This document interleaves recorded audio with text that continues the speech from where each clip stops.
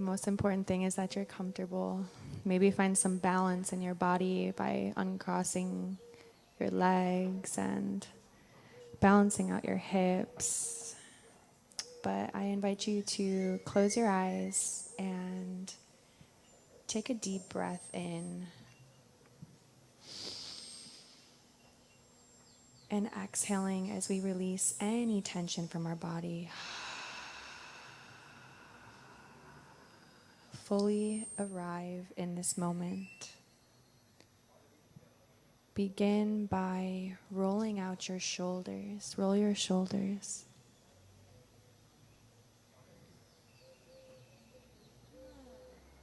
Find movement. And now switch directions.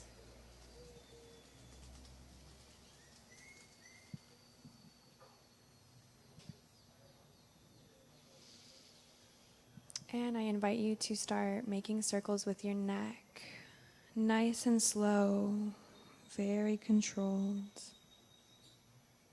Your neck and your head become heavy.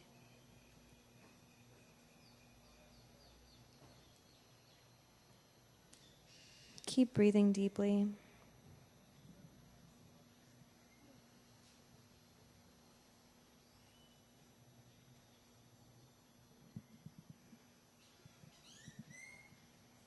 And roll your neck the other way as we continue releasing any tension from the body and coming to a place of peace, surrender, and knowing that you are exactly where you're meant to be at this moment.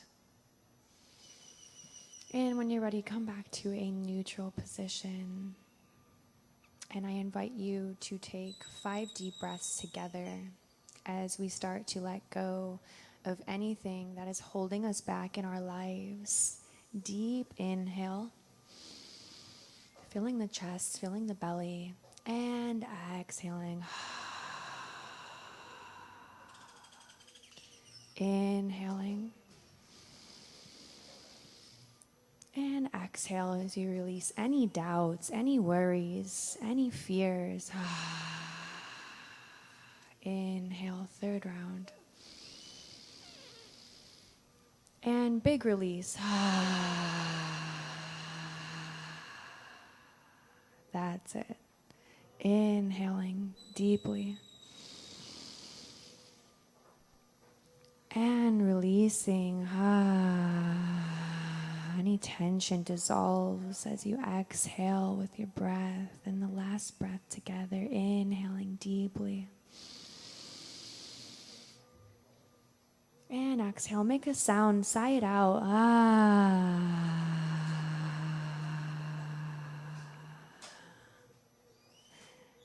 That feels good.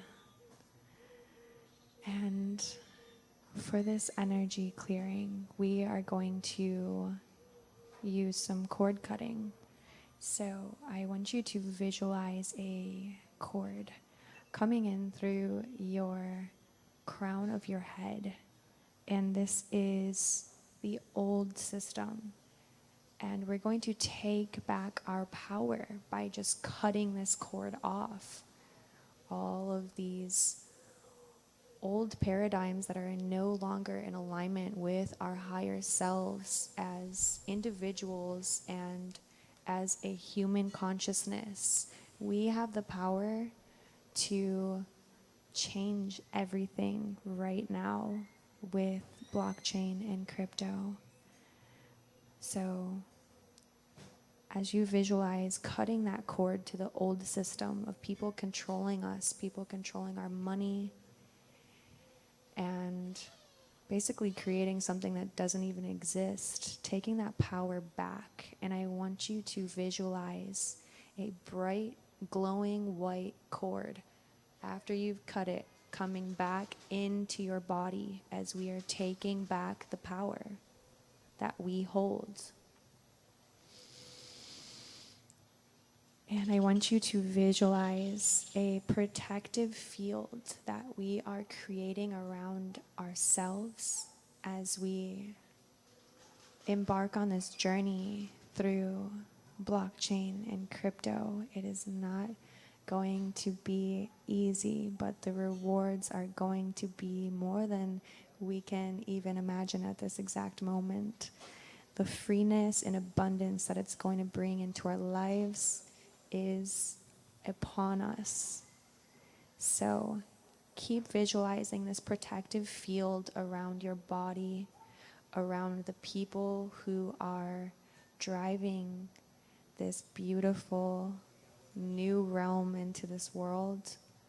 And each time that you get involved with your crypto, each time that you purchase your crypto, I want you to put a protective barrier around that crypto. Any type of fear that you may have, release any attachment that you have to the money needing to come or the fear. That is gone. We're releasing that. We're putting a protective barrier around it, and we're cultivating that energy of abundance into our lives. Take a deep breath of this new energy. Sip in a little bit more air, a little bit more, and hold. Breathless state.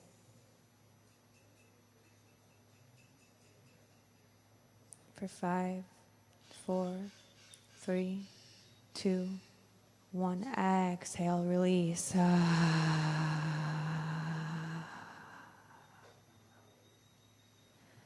Coming back to your normal breathing pattern.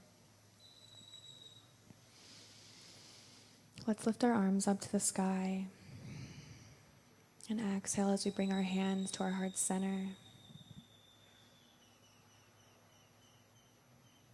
Inhaling the arms up to the sky, to the heavens, to the source, and exhaling the hands to our heart center,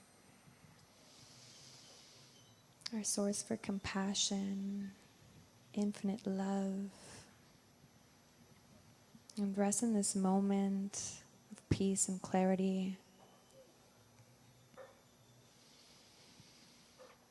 And thank yourself for showing up for human consciousness and for your higher self. And this is just the beginning of something very, very beautiful. Let's take a last deep breath in together. And exhale. We have just cleared our energy. And you may begin to blink open your eyes when you feel ready. And I would like to put a call out to anyone who feels like they want to join in with 3 ohms together as we activate the energy in this space for something bigger than we can imagine. And honestly, it is us. So we're going to take one clearing breath. We're going to breathe in and out as we clarify our breath. And then we'll breathe in again. And then we'll om together. Let's just do one really good one. Okay? Okay. Deep breath in. Let's do a clarifying breath. And exhale. Deep breath in. Fill your lungs. Fill your chest.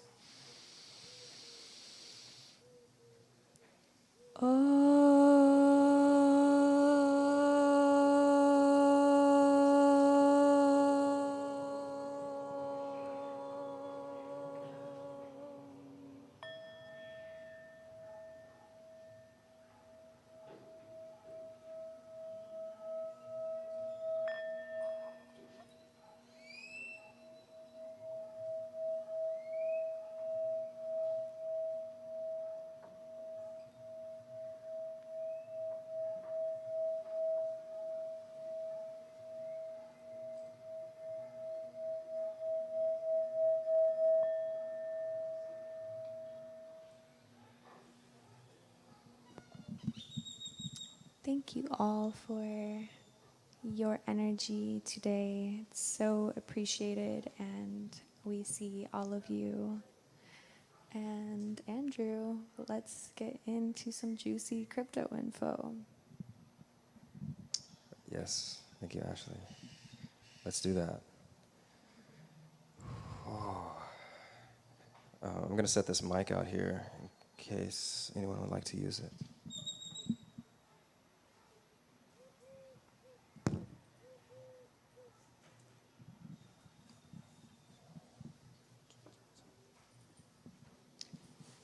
I hope you guys all enjoyed that. I definitely did. Something I definitely need. It feels nice to just drop in and come back into the moment and to remember, what we're really all here for. It's a lot. It's very easy. There's so much going on, especially, I'm sure everyone has their own individual things they're always doing, but it feels like since I joined the crypto space, it's like that one extra thing to be, attentive to of crypto prices, and on top of, the business and the developments, it's like, and then you have like normal life. So yeah, it's very important for me personally to stay grounded and stay in my practice and my yoga and meditation. And I definitely, Ashley posted I think she sent it on Instagram, the meme the other day. There was like this guy checking his portfolio at like 4 a.m. and like under the covers with his phone or checking his crypto portfolio at 4 a.m. And I was like, yeah, that's definitely me. But waking up in the morning and like not having that urge to go see how much money you made overnight or didn't make overnight is like, without coming back into your own body first, and getting up and stretching and taking care of yourself, just having those priorities. So yeah, a ceremony like this is definitely a little opening meditation and energy clearing. It's very, very nice to be able to drop into that first before we move into more conversation about the bigger real world things. So yeah, for those of you that don't know me, my name is Andrew, and I am the one throwing this crypto event here. And I got back into crypto in 2017 through just investing and doing research, figuring out what the heck this new thing is and why so many people are becoming overnight millionaires. This was back in 2017. The market was just going crazy. I think Bitcoin had went from over $1,000 to like $20,000 within like 8 to 12 months or something like that. And then on top of that, all the altcoins had taken off. So there was this massive craze that I was kind of paying attention to, but didn't really have a whole lot of money to myself to be invested. So I thought the best way to start really capitalizing on this opportunity was to start researching. And since I didn't have millions to play with, maybe if I understood the market a little better, I would have a better opportunity to make more money. And at that time, I was living in South Florida and close to Miami, and got connected with a friend there that operated and owned a hedge fund that was traditionally trading options and in the traditional markets. And we connected on some crypto things at a crypto event, and I started working with their hedge fund just to research projects and potential investment opportunities. And that really motivated me to see how natural it was for me to connect with this new technology and the developments that's happening in it. So over the last like 2.5, 3 years was just researching and talking to other people about the things I was learning, the opportunities I was seeing. And I noticed a lot of people just coming to me wanting just looking for either advising or even having several people come and offer like, hey, can I just give you some money and you can put it in crypto and play with it.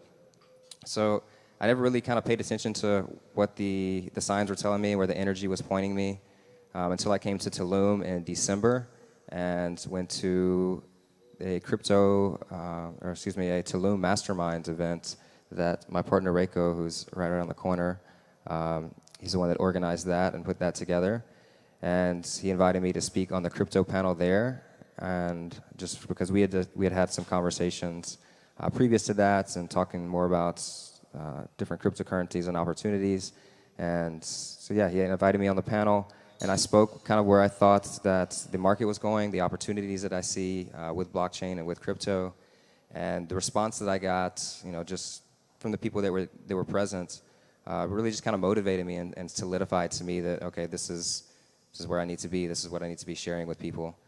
So briefly after that, me and Reiko partnered together to start 5D blockchain consulting, and basically with the goal to accelerate this adoption process for cryptocurrency, for blockchains.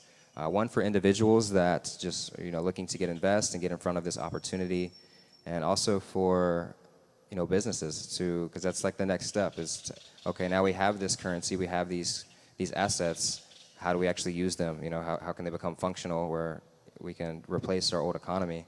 So the next step for that is businesses, where we can not only trade these assets, make money off of them, store them, use them as currency, but we can actually use them as currency to buy things.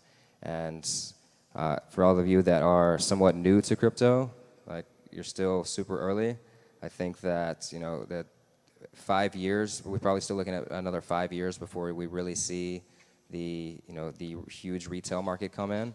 We're just now seeing institutional money start to flood into crypto. So we have at least another market cycle or so before we see a massive adoption. So we're all super early, and it definitely takes all of us together to make this happen, to push the adoption for ourselves, for businesses, and yeah, so that's what we want to do with 5D.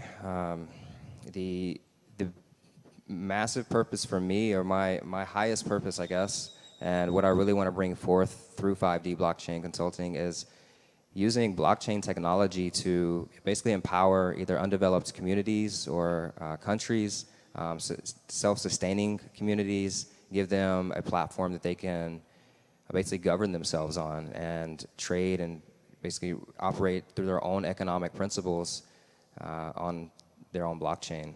And then that's also moves into being integrated with other blockchains and other communities all around the world.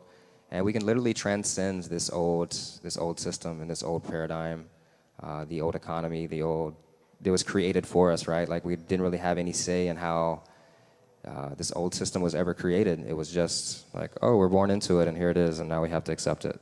And hopefully it works for you. Or you make it work for you. But it's like even the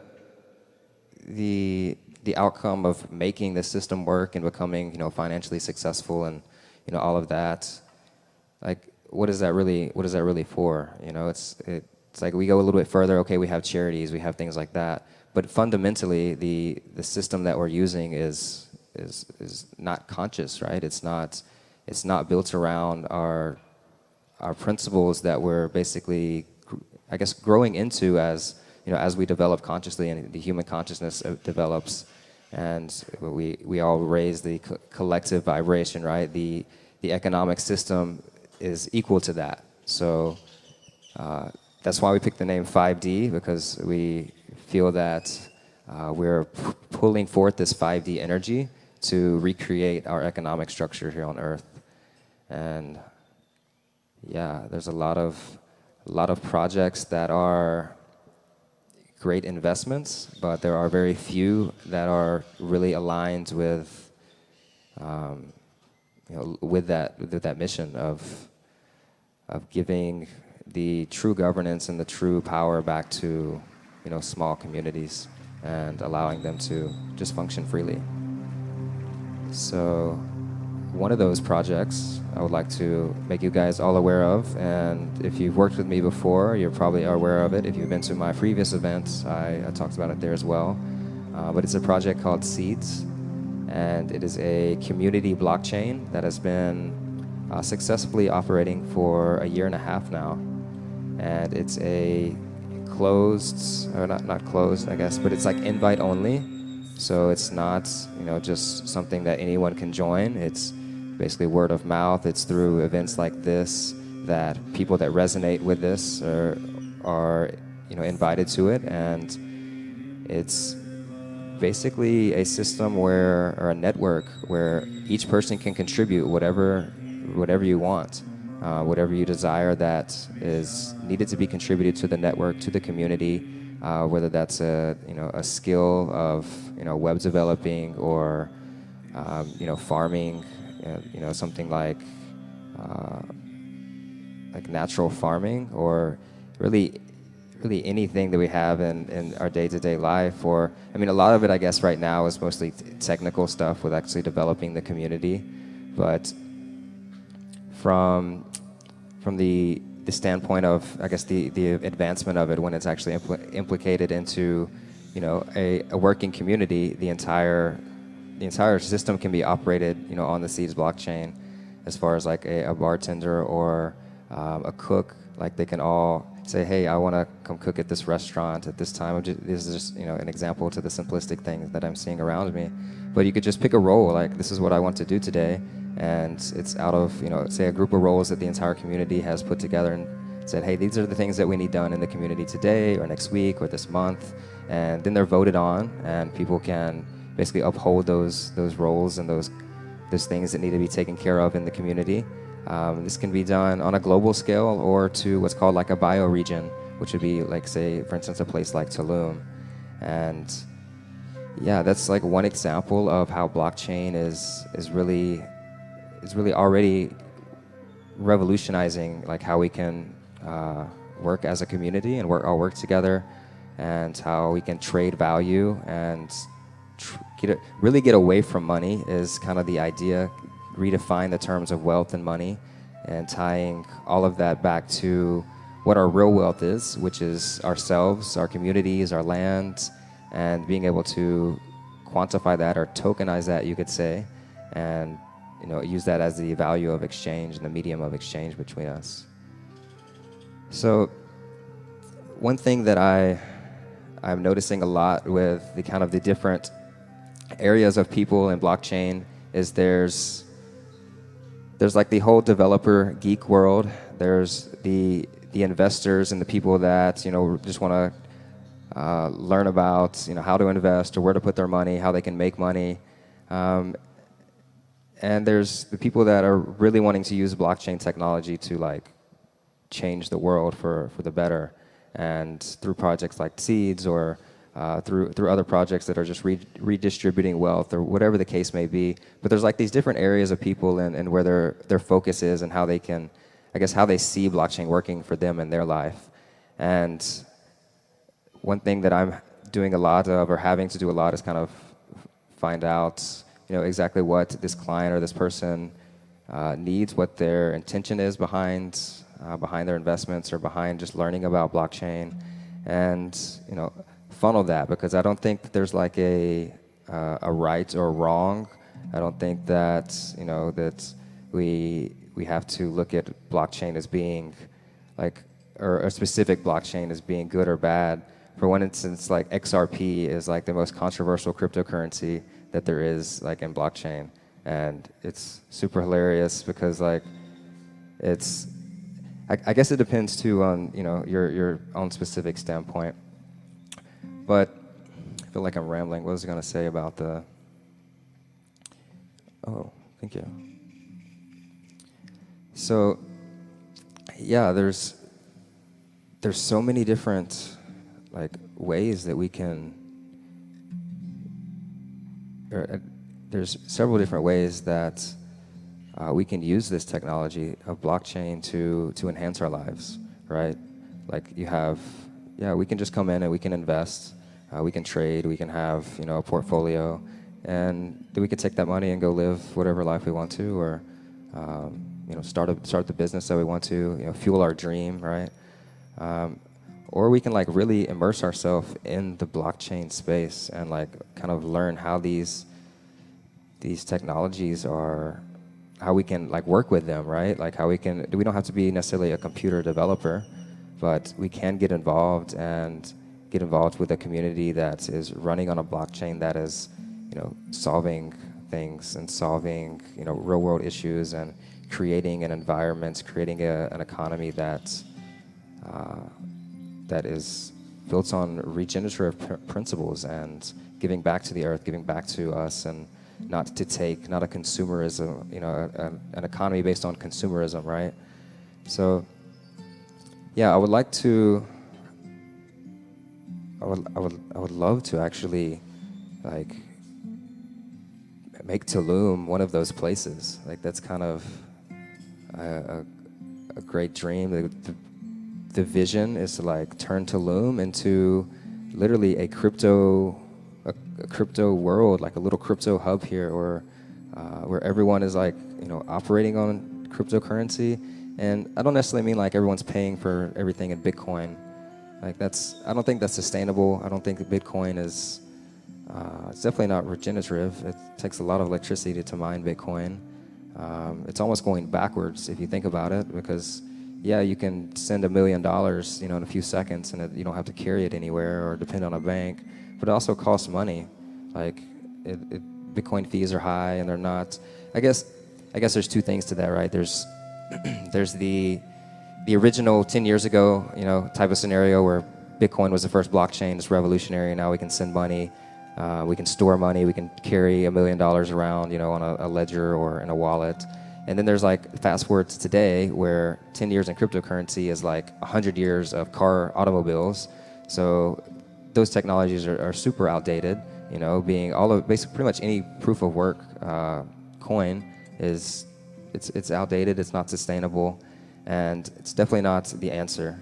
But yeah, I think it would be dope to have Tulum as this center hub for crypto adoption, and then going beyond just exchanging cryptocurrencies for things, going into having like the entire land, or the land here on the blockchain, like tokenizing parts of Tulum. And basically what that means, for those of you that don't know what the word tokenizing means, it's where you're taking a real world asset and you're basically placing it on the blockchain through whatever proves its ownership, right? So if it's a title, it's a certificate, whatever it is that proves you own this land, you put that onto a blockchain through a smart contract, and you can basically decide like how you want this digital equivalent of this real asset represented on the blockchain, like by the amount of tokens that you want, or how you want those distributed.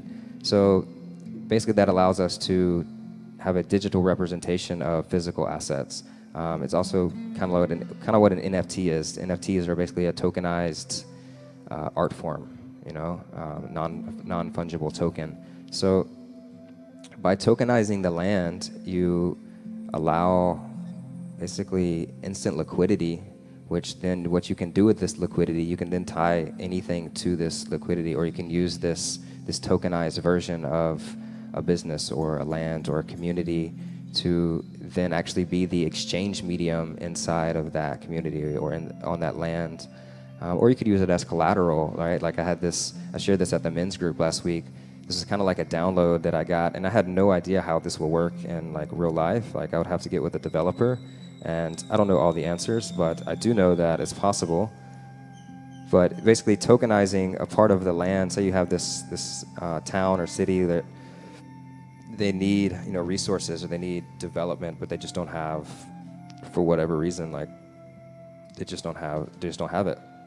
So you could go in, make it basically an offer to whoever owns the land, or whoever controls most of the government, or the tribe, however it works, and you say, hey, we as an equivalent of this land, we equate it to this much value, and we want to tokenize this much value of your land, and you still own it, but then we're going to take this value that we've just turned into a digital form. It already exists here. We're just basically creating a digital copy of that, and we're going to put that into some type of financial system that can then create revenue based just off of the value that's sitting here idly, right? Like everything that we see around us has some type of value to it.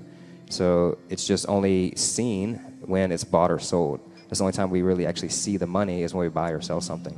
But things always have value, like every time they're sitting around. That's why the NFT thing is so like popular right now, and it's such a huge phase, is because people are realizing, oh wow, we can really represent the value of these art pieces, all the time, because you can have one art piece sitting here, but it can be trading, on an exchange for, $1,000 right now, and then $1,200, 5 minutes later. So the value is constantly being moved around, but the art piece could still be sitting there. So it's basically taking that same idea and doing that with a community, and then you're taking that value and that revenue that you can create from the value by staking it in some type of blockchain or some type of protocol or DeFi system, and yeah, you give that back to the people. So you're basically using their own resources to empower them without them having to give up their resources.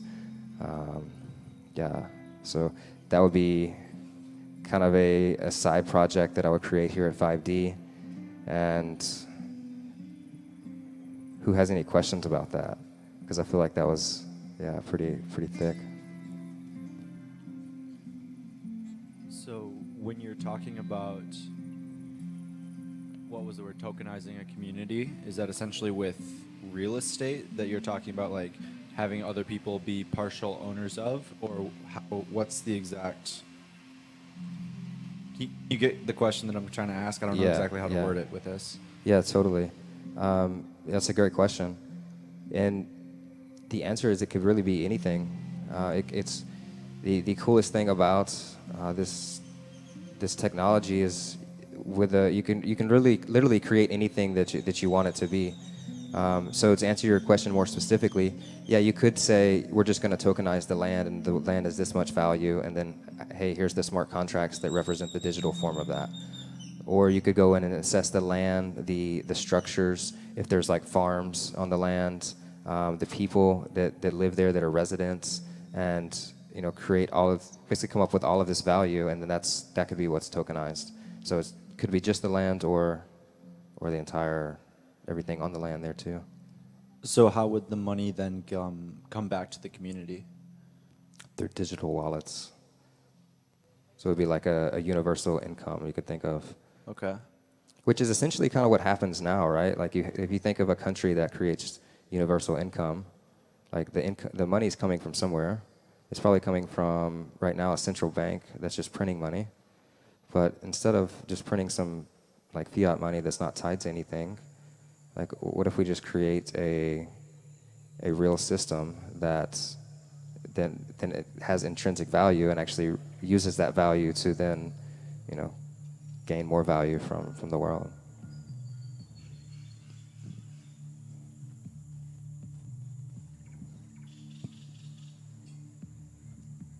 Okay, my question is, once you tokenize something, it's always the same value, or once it gets to the blockchain or whatever, it can increase the value of that?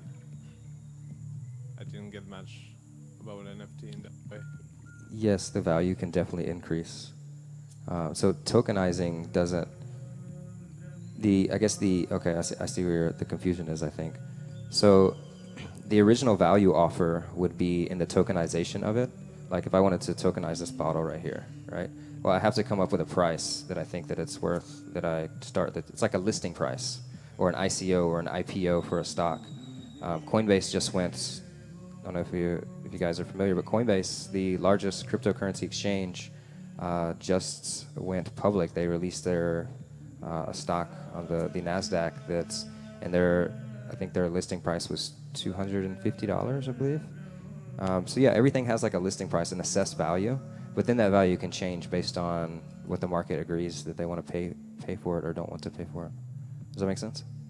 Yeah, my question was like, because I was following you in this idea of getting to some place and tokenize the land for the people, and trying to see how that it's gonna make like more value for the people in short or long term, How it would make more value for them? Yeah.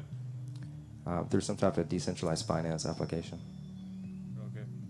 Right, so if I have like $1,000 right now, and I buy some cryptocurrency with it, I can then take that $1,000 and loan it out to. If it's through DeFi, then it's like it could be anyone. I don't know who the person is. It's through the blockchain, so it's peer-to-peer.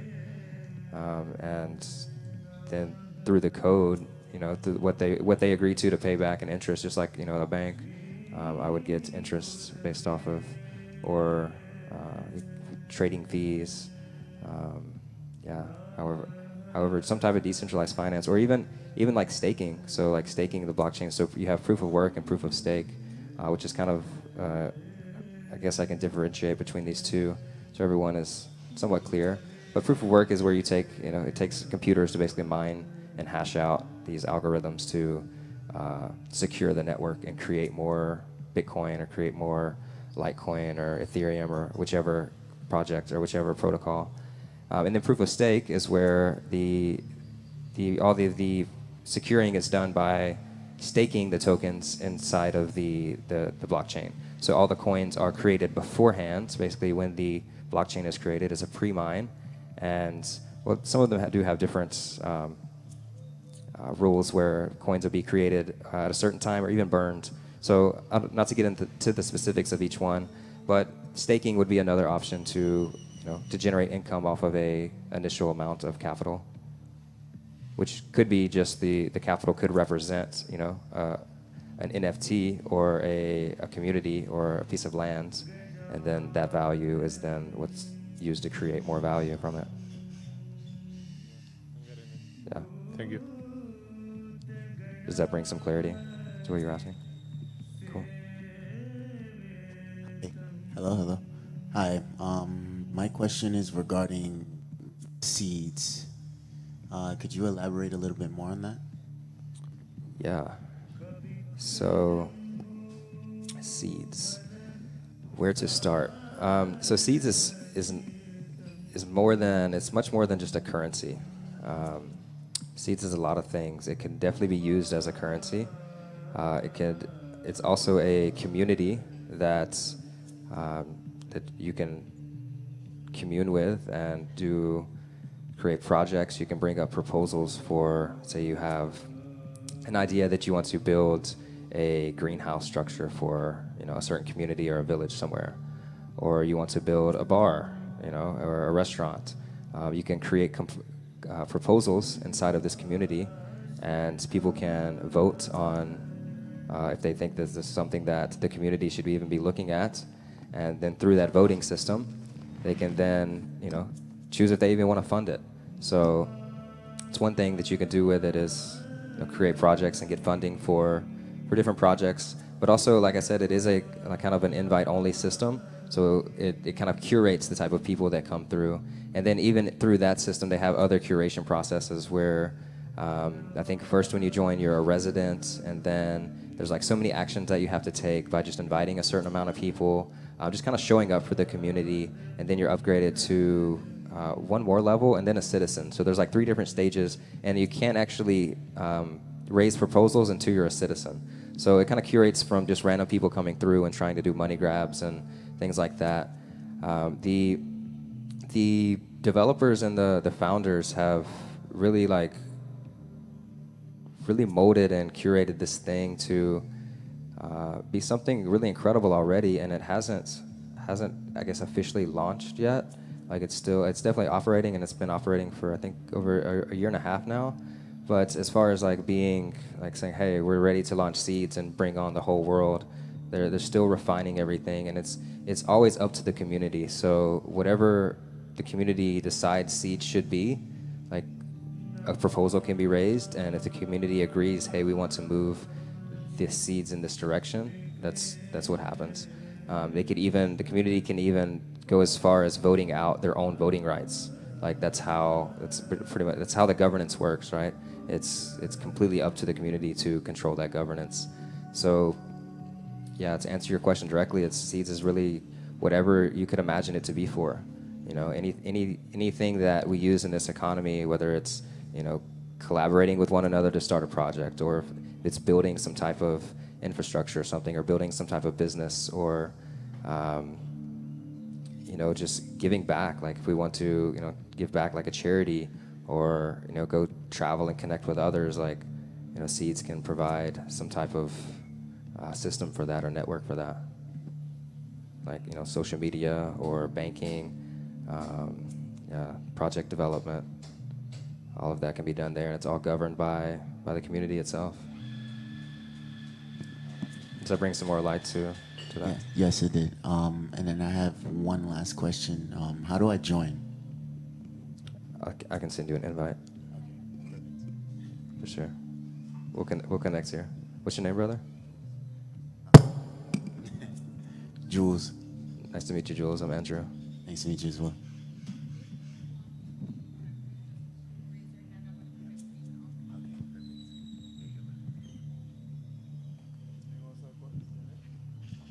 So did anybody else have any questions about that? About the tokenizing the land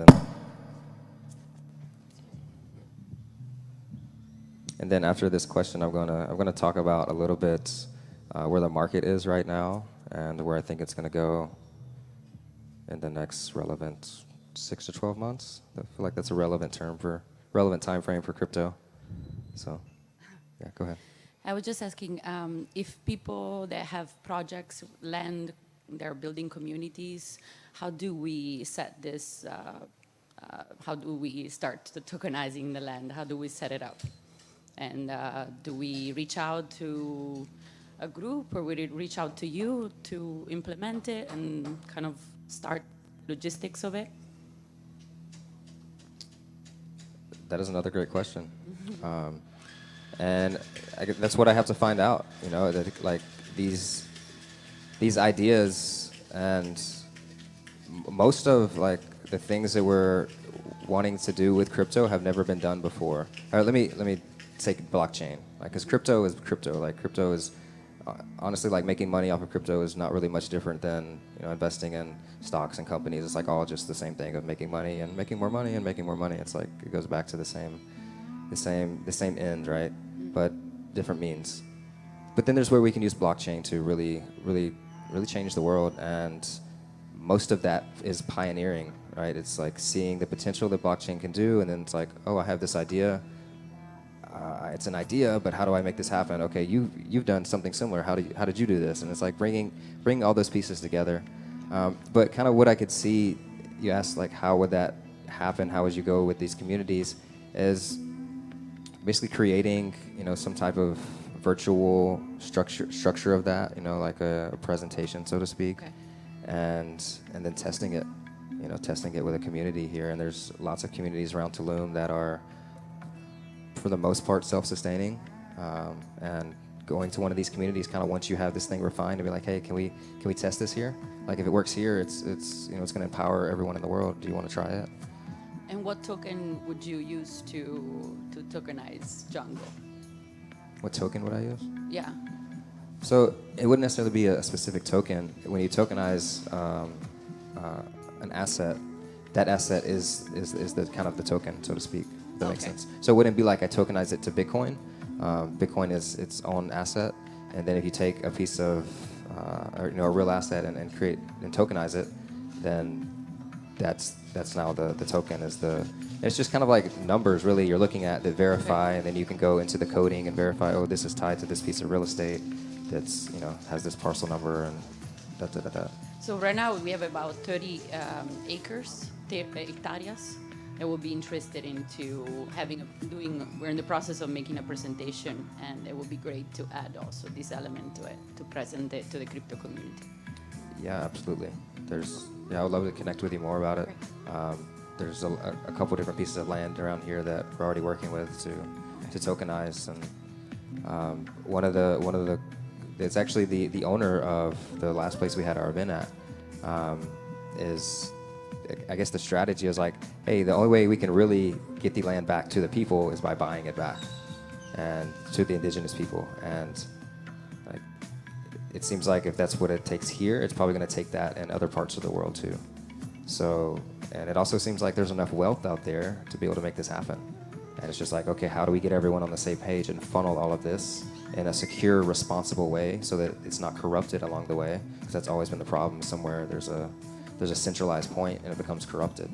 So, For what I yeah. see here, you will have to open an empresa, so a company in Mexico, and also ideally open a foundation where you get involved the Mayan communities to help you work the land and learn about the jungle and so on. So these two kind of structures are implemented within the project. The company part of it, and then the foundation part of it, and then the the platform, the virtual platform will be a, yeah, please. Maybe I can help. Yeah, thank you. So actually, you don't need a. Hello? Yeah. Okay. So you don't need a company. You only need a company if you want to actually fundraise your tokenization process. Not to buy the land. Ideally not. I mean, ideally tokenization means that you have a lot. It's like a co-op in How Sweden. do you buy the land from the mappers? It doesn't matter. Like the tokenization has nothing to do with it. You can buy it as a private person. You can buy it as a. It's just when you here as a private person, the bank owns the land. The land.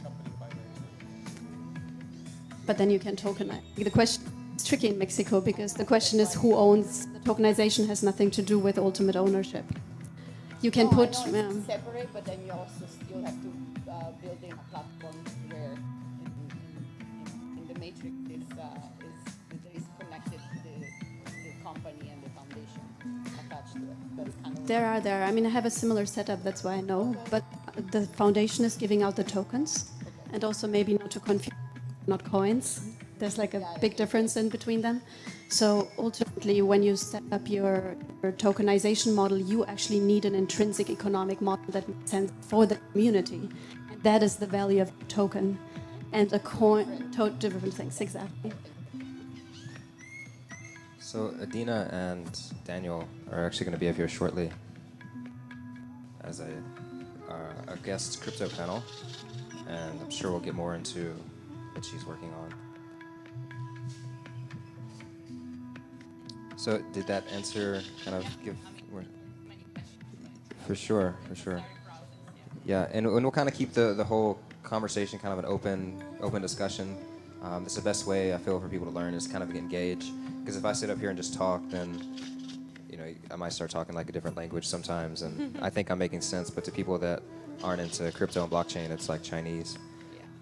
yeah. So I would like to give a brief kind of market analysis, and I'd usually have like a projector or something here, but just didn't really align that well for that to happen this time. I think it was maybe the time of day and the light and whatnot. So here we are now. But for those of you who are new into crypto,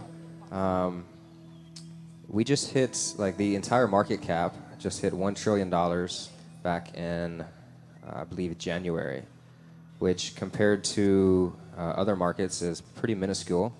I believe the entire gold market itself is at 16 trillion, and that's just the physical gold. Obviously doesn't count the derivatives market on gold, which is like 100 times larger than gold itself. So 16 trillion for gold. Bitcoin, crypto altogether hits $1 trillion market cap in January, I believe late January, and sometime this month we crossed $2 trillion. So it took 10 years for the entire market cap of crypto to reach $1 trillion in market cap. Market cap meaning the entire value that's in the entire ecosystem, and 10 years to reach 1 trillion, and then within 2 months it had doubled to $2 trillion. So what that's telling us is that the adoption curve has been going, like this basically, and we just kind of hit this factor where it starts to go straight up. And it feels like that every time it does this. So every time you zoom in going backwards, like the curve looks like this, but the further and further you zoom out, a year ago when it looked like the curve was, going straight up, now it's like it's minuscule compared to what it is now because of the increase in market cap, because of the market cap just doubled within 2 months, and now I believe the altcoin market, so the altcoin market cap being all the coins except for Bitcoin, is now increasing to almost $1 trillion. It's just under $1 trillion, and there's looking at kind of the last quarter of 2021, looking at where most of the money has flowed into, I believe Bitcoin increased around 120% over the first quarter, and I believe the altcoins increased somewhere around 240% or so between the beginning of the year and the end of Q1. And looking at the DeFi section of crypto, increased over 300%. So if you just kind of follow where most of the attention and most of the money is going right now, it's definitely going into decentralized finance, which is basically any financial platform that's built on blockchain. So that could be like a decentralized exchange. It's peer-to-peer. It could be a lending system where peer-to-peer people have placed their crypto to be borrowed, and yeah, so that's very attractive to, I think, personally, I think that it's increasing so much because it's very attractive to institutions, because institutional money is used to being able to place their money somewhere where it makes money for itself, and it's not just something that is an idle asset. So if you can capitalize on the appreciation of cryptocurrency, of the price, the asset, plus the returns that you can get off of just holding it, it's obviously going to be much more attractive. And it's clear to see that because that's where a lot of the market cap is flooding into in crypto right now. So where I think this is going, we're now at 2.3 trillion, I believe. I have it pulled up here on CoinGecko. Yeah, so right now our current market cap is $2.3 trillion. And historically, the bull market, bullish meaning the market is going up, and bearish meaning that the market is downtrending. Historically, these bull markets have lasted for around 12 to 16 months, and we are only about 6 months into this one.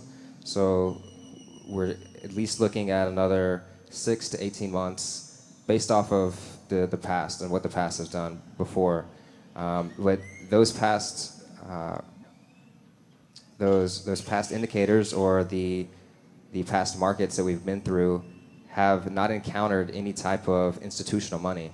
They haven't had institutions, investing in the cryptocurrencies. What's up, Bodhi? They haven't had cryptocurrencies trading on the New York Stock Exchange.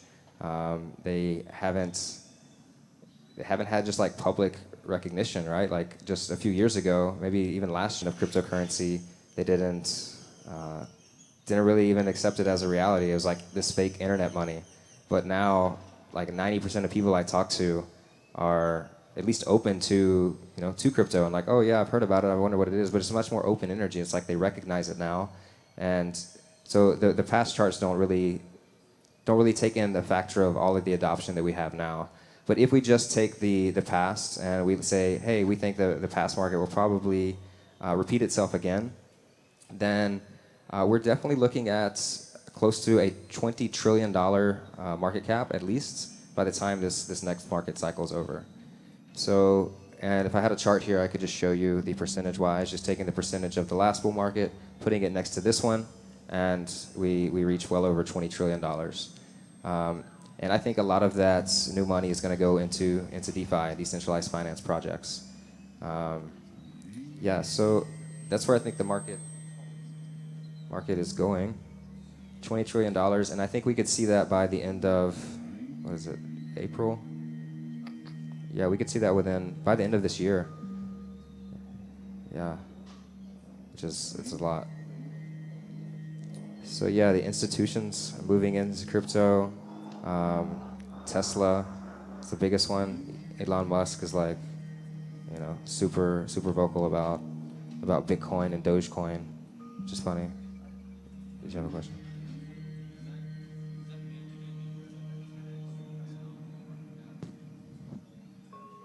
Yeah.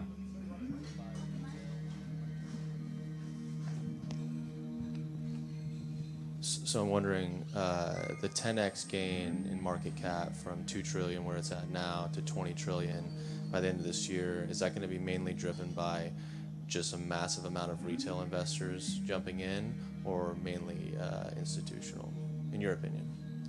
I think it's going to be institutions. Institutions. And so will that new market cap hold because institutions are much less likely to pull out their money at the end of a market cycle? Exactly, and that's why it's even harder to really use a reference for this.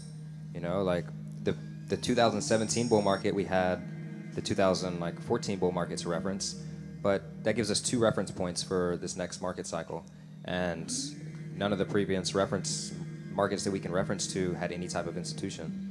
So, and yeah, that's a great point that institutions are much less likely to pull their money out, especially with DeFi now, because DeFi is going to create more money for them and creates, interest, more income, no matter what the asset's doing. And it's also going to kind of steer the money towards quality projects, because institutions aren't just going to come in and invest like retail investors did, where we got in it because our buddies in a Telegram group told us that it was going to pump 200x. Like these are real projects, and a lot of them, are actually doing things now. Like in 2017, most crypto projects weren't really usable. Like you couldn't do anything with any of it, and it was just like currencies you can send. That's pretty much all you could do is you could trade it and you could send it, and then they had this fancy website and roadmap that you could go look at and be like, oh, this could be something cool, and there's like all these other cool projects that might happen and might connect that they all started increasing in value, but they couldn't really be used for anything. So that's another factor that we haven't really been able to judge, is like, hey, most of these projects that are working right now actually have applications running on top of them. There's actually real world use case for them, and there's real volume going through them that also adds obviously to the value as well. Yeah, so there's a lot of factors that's interesting in this market cycle. Those are a few of them that I've discussed, but really, is there anyone here, let me ask this question, is there anyone here that currently does not have a cryptocurrency wallet, does not own any cryptocurrency? Everyone? One person? Okay. That's cool. It's a small group, but it's still cool to only have one hand raised when asked that question. Usually you're used to like half the room raises their hand. So yeah, that's cool. Wait, is there a particular reason? Can I ask that? Do you mind? Is there a particular reason you don't have any crypto, or? He's got the mic right behind you.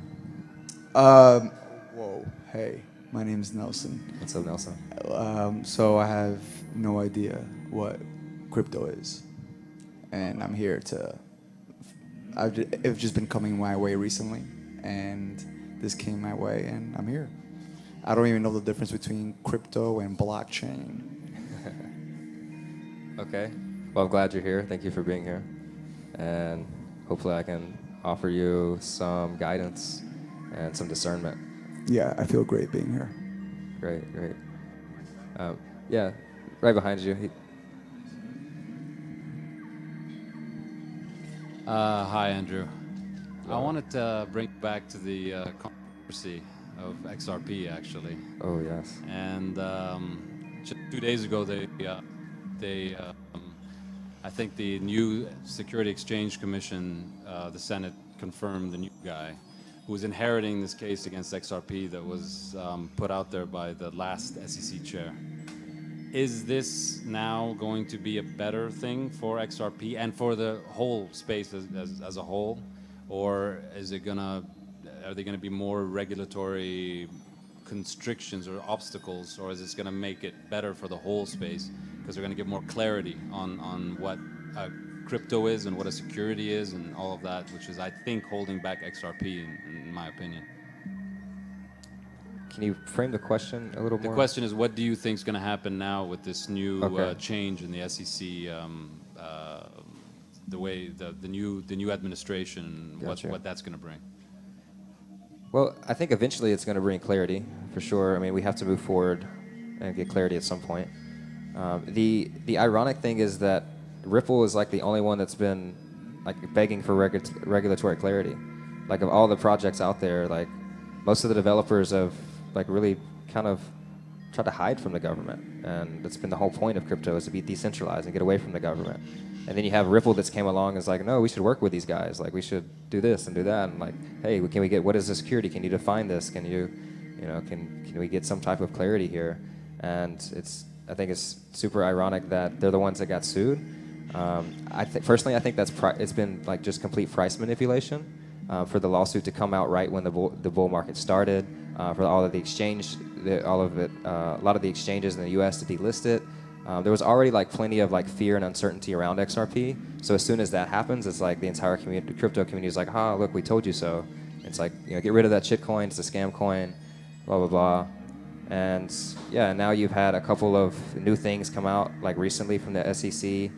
Maybe you said the chairman changed. Yeah, they just appointed Gary Gensler, and it was Clayton Okay. who actually took out that case. And against- is it because of some issues regarding like digital assets and kind of clarity? Wasn't there like some frustration going on with the Yes, SEC and I of think like? also it had to do with the founders and the CEO taking out large sums, and I think that was part of the indictment or the case against them for some reason. I don't know why. They should be able to take out The founders of Ripple? Yeah, yeah. Yeah.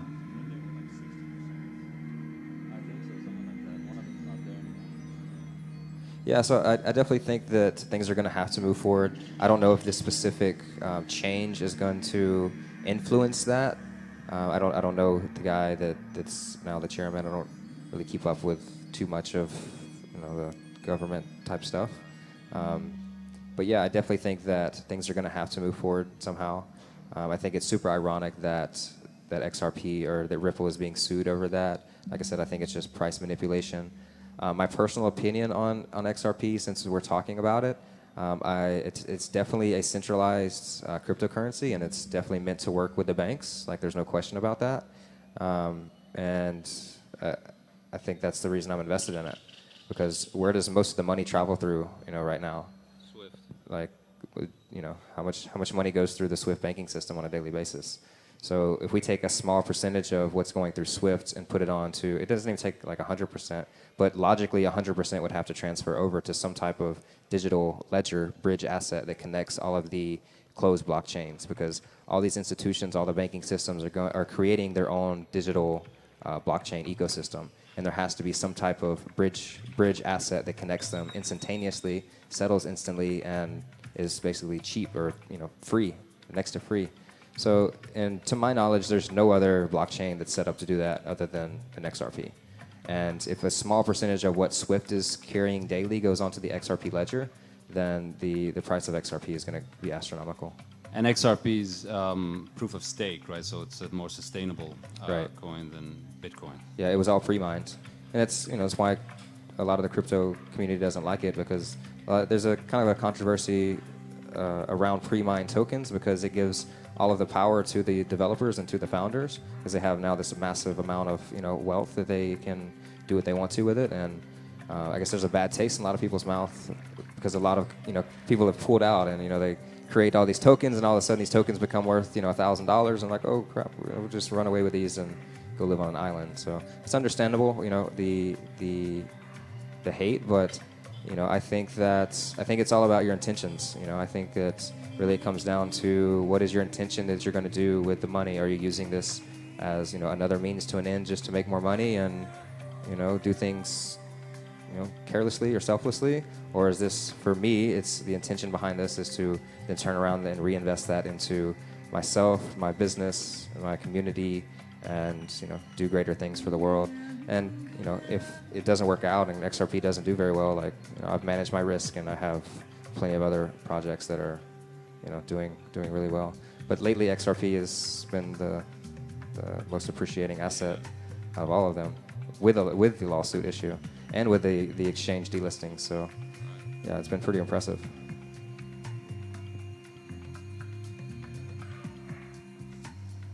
Oh, and speaking of exchanges, so decentralized finance, I think that is going to be one of the top places that money goes into the market, DeFi, and also exchange tokens.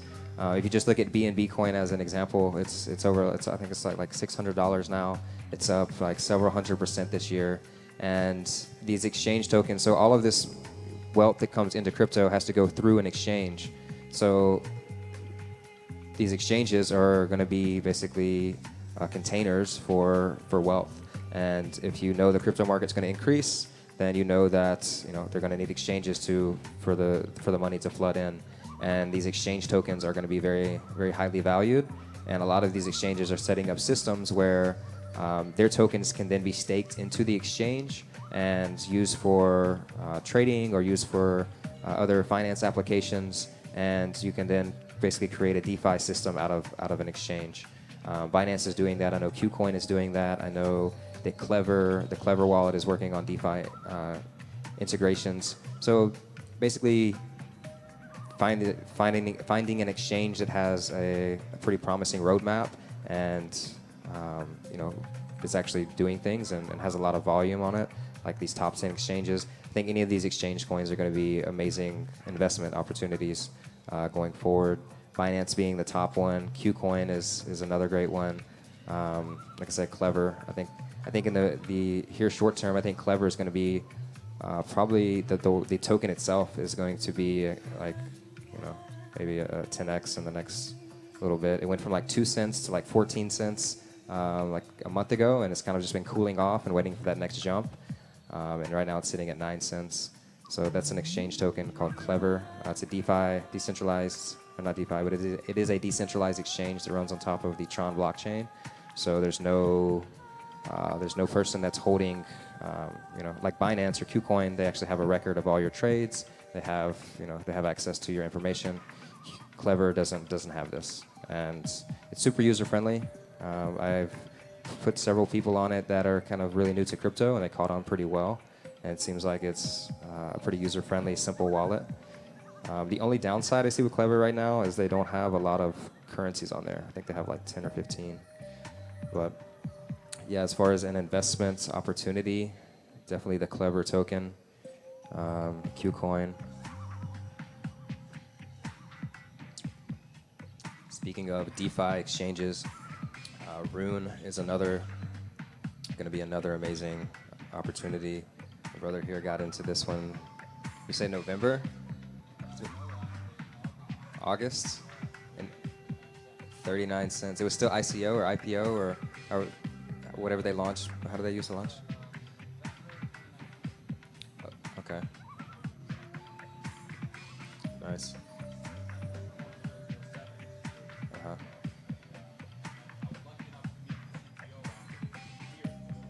Yeah, I remember you told me about it. That's amazing. Yeah, so let's see. I'd like to answer. I'm sorry. Remind me your name again. Nelson. I would like to maybe differentiate or answer kind of your question that you mentioned about the difference between cryptocurrency and blockchain. Think of it like a website and the internet. How HTTPS coding is like the underlying protocol of the internet, and then you have a website that operates on top of the internet. So think of like a cryptocurrency is the website, and blockchain is the internet. So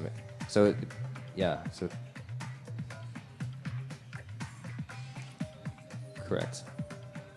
Yeah, there's different blockchains, different cryptocurrencies. What was the question? Can someone?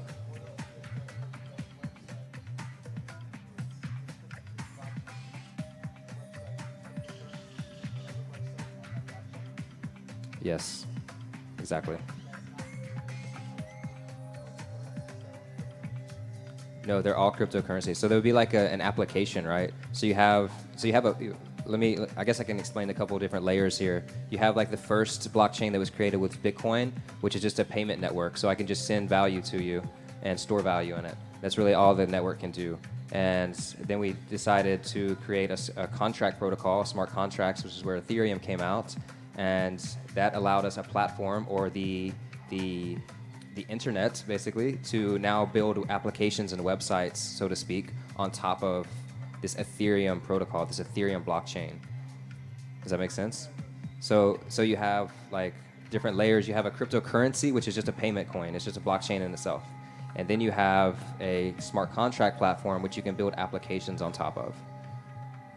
So, and then you have other payment currencies, and I guess that would be, yeah, and then I guess exchange tokens would be, but those are kind of all, I guess everything else really falls under pretty much smart contracts, so to speak. But yeah, so the main difference between blockchain is like the underlying technology that the token operates on top of. But you can have Ethereum-based tokens, so Ethereum being the smart contract and the blockchain. You can have applications built on top of Ethereum, or Tron, or EOS, or XRP, or Solana, or I don't know how many other smart contracts are out there. There's a lot of them, but you can have applications built on top of those. So that would be the difference, yeah. So maybe think of it like a road infrastructure too, versus cars or vehicles to get things. It's just data. It's what it's moving back and forth. A vehicle is the token, and then the road would be more of like the blockchain. Does that make sense?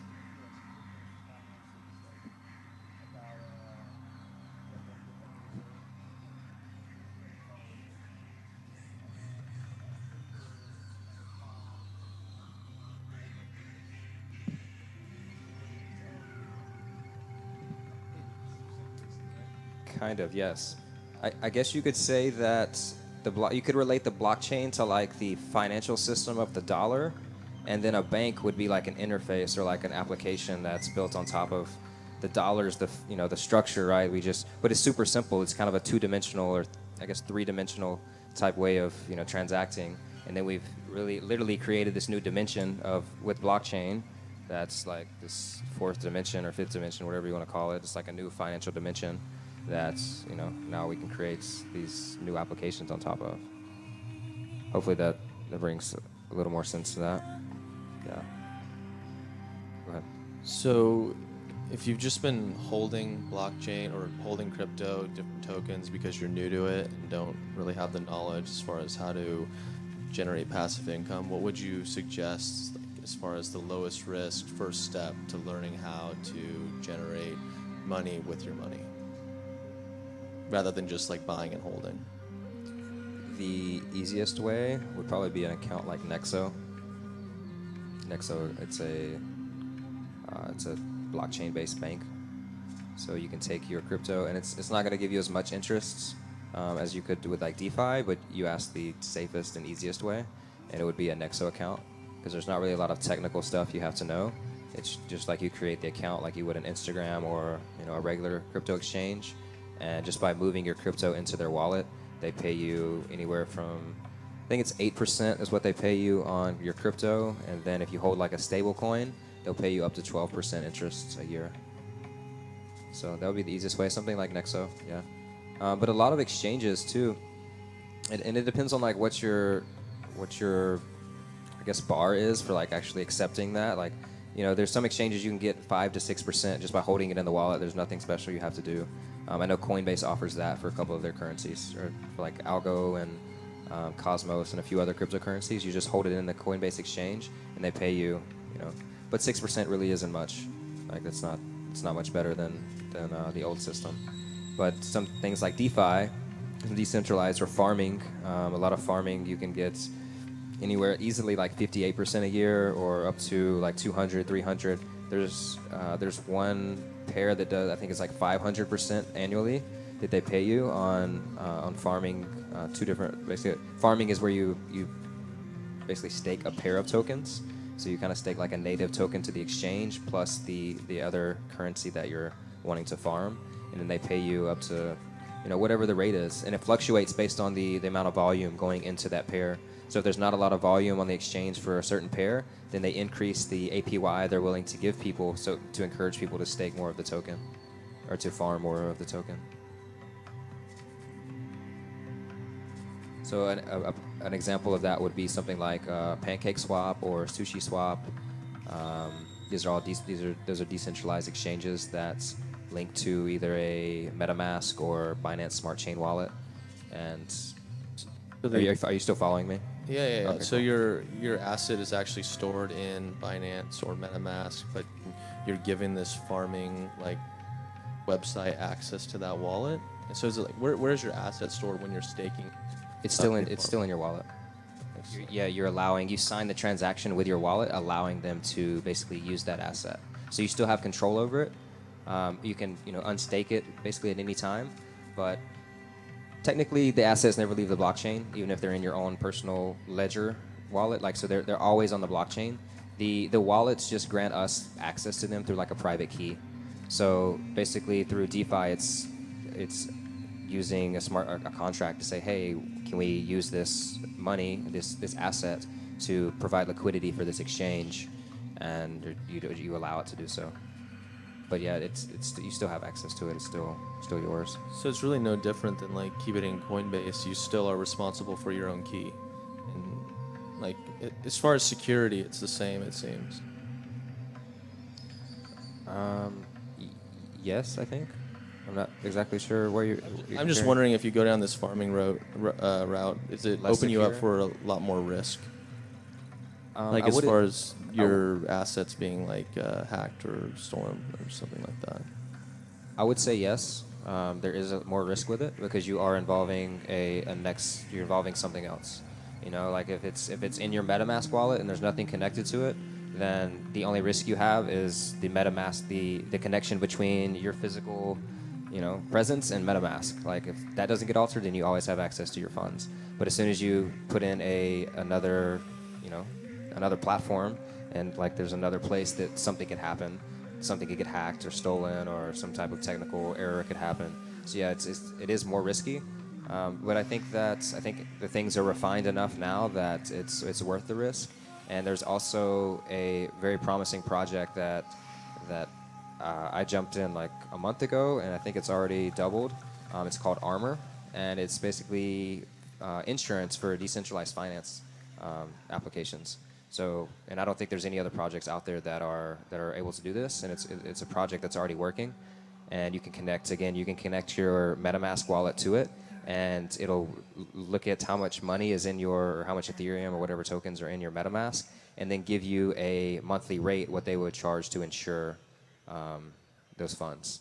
So that if you lose them through some type of decentralized finance application or something happens, then your funds are insured. And I guess you would consider that like peer-to-peer, because it's not something that like the exchange is offering. It's done separately outside of wherever you're staking your funds. But yeah, Armor, that's a really cool thing. It's kind of new to crypto, and basically makes it easier for institutions to invest their money. So there's a lot of a lot of family offices, hedge funds, like it's not really their money, so they are using other people's money. So they're going to want to put that somewhere that's insured.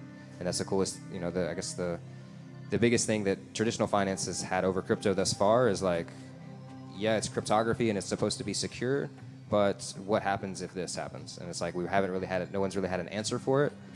You've had companies like BitGo come out that have started to offer financial insurance for a lot of these platforms, but for decentralized finance, there hasn't really been anyone to go to until this project now is started, called Armor. So I'm pretty excited about that one, and the price is doing really well too. And it's a super small market cap still. I think it's less than like 100 million. So it's a good one to get into. But yeah. So DeFi and exchange tokens, I think those are going to be where a lot of the money flows.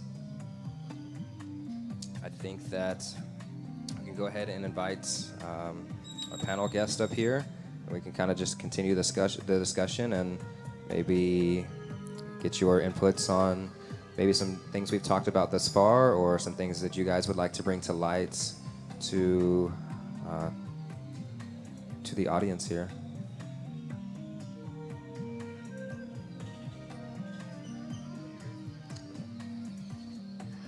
You need this mic? Yeah, I believe so. It'd probably be easiest. Thank you.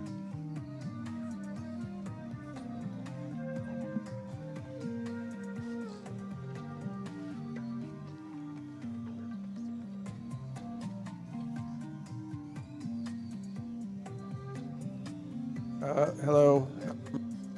So first of all, Andrew, Thank you. thank you so much. I mean, I actually learned a lot. There's a lot of aspects of this that I don't really know so well, so it's great to hear. I'm not going to pretend that I'm an expert on the crypto markets or decentralized finance.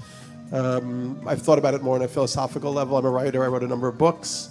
My name is Daniel Pinchbeck. One of my books was called Breaking Open the Head. It was about psychedelic shamanism. In 2017, I wrote a book called How Soon Is Now, which was looking at the ecological crisis and kind of trying to imagine systemic ways to, solution sets, ways to approach it. And I got very interested in blockchain as a way to, bring about a positive ecological transformation, which we're seeing a little bit with like company supply chains and so on. And then I got actually very cynical about it after like 2018 with the crash of the markets, and then also kind of being connected with a lot of people who are in EOS and Ethereum, and a lot of them like moved to Puerto Rico to avoid having to pay taxes and so on. And it seemed like the idealism of the crypto field got like sucked dry very quickly. So it is exciting to see the second go around. Along with all the money that's coming into the space, there feels like there's new wave of idealism also and possibility. So that's also, I think, what Adina's interested in. Hi. I'm actually from Berlin, so I've been in the blockchain space for a very, very long time because I feel that like a lot of the companies that we know, like Ethereum, have evolved down there. There's parities there. It's like a perfect ecosystem for that space. So I've been in and out of that space in the last 4 or 5 years. And I actually remember the 2017 ICO.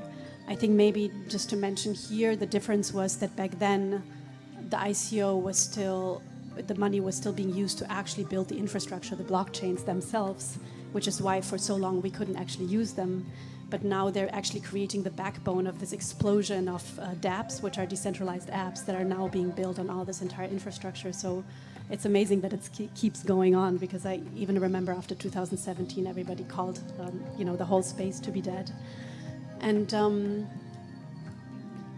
I mean, I'm building my own basically blockchain-based environmental and climate platform. There's different ways to look at this. I really like to look at blockchain from the perspective of a new internet, first and foremost. And if you have a communication system and an asset trading system and a data trading system that is decentralized, you basically need to figure out how to create an economy around that. Because in the old economy, you have basically vertical companies like Amazon, Google, Facebook, etc., who are basically taking care of that entire economy, but also of the the ownership of the data, the infrastructure, etc. So how do you actually create a new internet that is fully decentralized? You basically need to be able to pay and incentivize everybody who's working on it. And this was the genius idea of the first coins coming out. So just as a so I always look at it really as from a perspective of a new internet in which we can then trade everything basically with each other, and then it becomes really messy. Yeah, thank you for sharing your insight.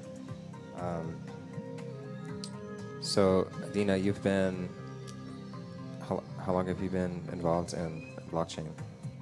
4 or 5 years. 4 or 5 years. Okay. So you mentioned the ICO phase, and that was the phase that basically built the infrastructure. But was it the same? Did you feel the same way at that time? Of course, I think you were more involved in the development side. Is that right?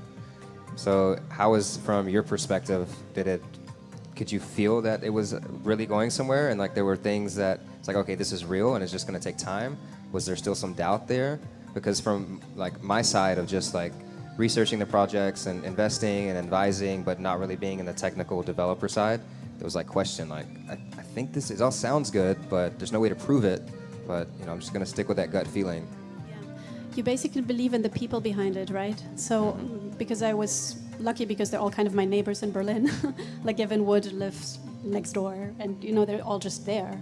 So ultimately, just by seeing how much of their personal commitment of their own life they put into it, and also like talking to them and seeing how huge this is, I mean, if you think about it, how long did it took the internet to take off, And now we're expecting such a huge transformation to happen within 5 years. And that's, of course, impossible. So I just looked at the people themselves and how committed they are and how their progress was going. But yeah, it's hard to tell. It's such a new space, no? Even until now, we are so used to centralized platforms. It's so hard for us to even understand what is decentralized, Such a question like, who's going to take care of my private key if it's gone? That's a centralized question, right? Like, it's a new world where we're basically responsible for our own assets. Yeah, I love that Vishal mentioned this the other night at Treehouse. He was explaining, I don't know if he told it to me or if he said it when he was on the panel, but Seeds is the first one the first blockchain that has created the option to recover your private keys if they get lost or stolen. It's working through your network of friends and family and so on. Yeah, it's working. I saw it on my passport, the option to do it. I forget the name of it, but it's basically where you give your private key to your friends or family. You select a group of people that you want to hold your private key, and if you forget it, then they have it stored somewhere in their wallet. So yeah, that's a new thing, because before, like, if you lost your private key and you lost access to your wallet, like your password or something, you're kind of screwed. There's no support to go to. The cool thing is about seeds and why they can do it is because they're actually to my knowledge, the first really working DAO. Like DAO is a decentralized autonomous organization. So in that, you can then create relationships where people can take care of each other, can vouch for each other, can basically bail each other out. And it's all based on a trust network where you actually have like peer-to-peer review of how good an actor is in that space. And this is the cool thing about seeds, that, you know, like there have been so many attempts to create DAOs and they all failed. And I think this is the first one that is really growing and growing. What do you think what would you attribute to the difference between the HypaDAO and other DAOs that have failed? Governance. I think it's very hard to understand how human beings without a central figure can actually make decisions together, and how they can trust each other and work actually together onto one goal, and also to actually act like a good human being in that space, right? And I think after 2017, there was such a focus on the money that can be built with crypto that people have forgotten to look actually at governance systems. But every community of people needs to have rules of how they engage with each other, right? And I think this is the success of Seed, is that they're very, very governance driven, with all the rules that they have, you know, just even weeding people out and actually vouching for each other, etc.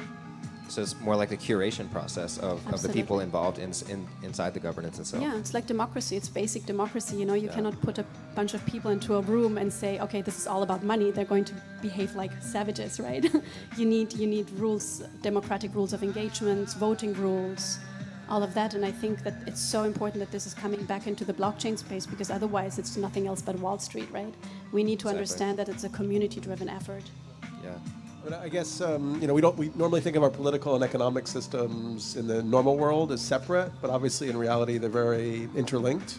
And I guess the promise of the blockchain is if you could create ways of exchanging value that also have decision-making structures built into them. That's very interesting. And there were a bunch of, like, Tezos, wasn't that one that was trying to be like, it was both a coin and a decision-making structure together. But then it ran into some kind of kerfluffle and didn't seem to have panned out. But I guess I wanted to ask you a few questions, Andrew, based on what you were saying before. I mean, so, and Adina also, because Adina and I, when we started talking about this stuff, I had to admit that I had a bit of pessimism about it at this point. Like, you know, like Bitcoin, for instance. There was a book called The Politics of Bitcoin, Software as Right-Wing Ideology, that basically argued that the inherent ideology underlying Bitcoin is not very progressive. It's actually more of a right-wing libertarian kind of hoarding ideology. And, you know, so, I mean, Bitcoin goes up in value, but is it really benefiting people? I mean, you know what the Gini coefficient is? Possibly. The Gini coefficient is how any country, the amount of wealth inequality. It's like North Korea has like the worst Gini coefficient in the world. Oh, I see what you're saying. And Bitcoin has a worse, you know, Gini coefficient than North Korea. So essentially, you have people who were lucky and got in early, and they're, you know, constantly, you know, profiting as Bitcoin grows in value. You know, but then as we know, Bitcoin, you know, it's kind of an open source software, so anybody could actually make their own version of Bitcoin. So it's kind of interesting. I mean, essentially, what do you own? Because you were sort of saying, okay, like, you know, cash in a governmental structure doesn't necessarily have meaning or capital, but actually it is backed by a government, like something like the U.S. government. The reason that people trust the dollar, you know, and I'm not saying this is good or bad, but it's because the U.S. government owns a lot of stuff. You know, they own, you know, railways and military and, you know, schools, and, you know, it's like a, you know, but if you're putting your money into Bitcoin, what is it that you're actually putting your money into? It's a sort of a speculative unit of you know, value in a way, you know. Yeah, I think what drives Bitcoin's value is its scarcity, and it's just been created in code. So really, there's no real asset behind Bitcoin. It's just the scarcity in the actual amount of tokens, and the fact that people want to use Bitcoin to transact value is is just what attracted people to it, and it was the first one, so it became popular. And now it's at the point where it's like this like collector's item type. Yeah, so it's thing. basically a marketing more than anything else. It's based on marketing and propaganda because it's like in a way like a Ponzi scheme. As more people come in, the value of Bitcoin goes up.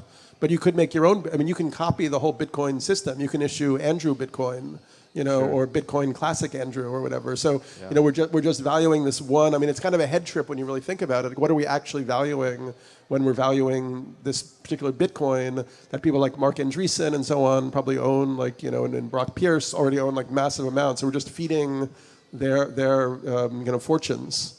Anyway, and then with Ethereum, I mean, you talked about how there are a lot of applications running on it.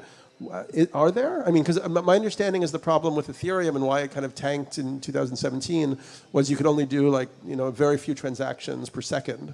I mean, I can't remember the numbers. Probably somebody here knows. Like Visa, it's like hundreds of thousands or millions of transactions per second. And Ethereum was like, I don't know, like 7 or something. So when the first thing they got launched was the crypto kitties. And that in itself put so much stress on the system that it crashed the whole thing. And I think we've been waiting around for the possibility that Ethereum is going to solve this problem, but I haven't heard, and we were talking about this, I haven't heard that anything is actually solving. And then you have like EOS, which uses proof of stake. So they have 21 nodes, right? But a lot of those are now in China, and there's concern that EOS is actually probably controlled more or less by the Chinese if they have more than 11 of those nodes. So I think there's like a lot of big issues with a lot of these cryptos that we should at least bring up to the surface of our understanding. And I mean, I hope that there's a great potential, revolutionary tool for humanity, but I haven't really seen it yet. Maybe I can try to take a more positive spin on it. I don't really understand the whole right-wing thing. I think the whole right-wing thing, I still don't understand it. It's like saying the internet is a bad technology because it allows for right-wing propaganda. It's basically a platform where a lot of people can be on it, and it's very hard for me to actually even take that argument seriously, right? It's just a network. It's a network, exactly. It could be whatever. Anyone that wants to join the network and take over the network. It's like saying money. No, I mean money. You can buy drugs with money. You can buy children with money. You can invest in companies. I think what. Huh? Money's not so good either. No, it isn't. But right now we are looking at a different financial, like exchange system. Secondly, I mean, you brought up so many negative points that I'm trying to actually remember them. I think yes, it is. Like in every system that is financial, the ones who got in first are the ones who benefit the most from it. However, this is also like, look at what a little group of people was wealthy in the beginning of Bitcoin, and how wide that group is now already in terms of the entire blockchain space. I mean, the group of people who are benefiting from blockchain and crypto is getting bigger and bigger and bigger, and it is, in a way, it gives people a possibility to actually get into that speculative space that don't have a Wall Street license. No? So in a way, it's still not ideal because we're still comparing it to money in the old money system, and our behavior in it is also the same. But it already, we're here at the pyramid and not here, right? Yeah.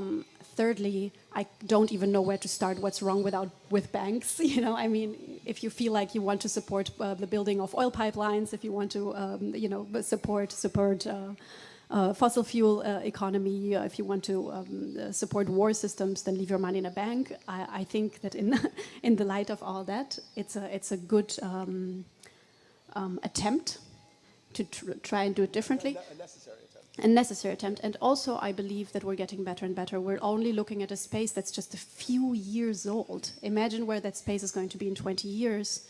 And I'm not actually a big fan of constantly comparing any form of cryptocurrency to, I mean, I know exchanges are necessary because they drive up the value of that space, but ultimately I really think of it as a parallel economy. So ideally, once the dollar crashes and everything else crashes, if you have crypto, you can actually exchange assets with other people, and you can actually create a parallel economy in which you can exist independently of the World Bank or of countries.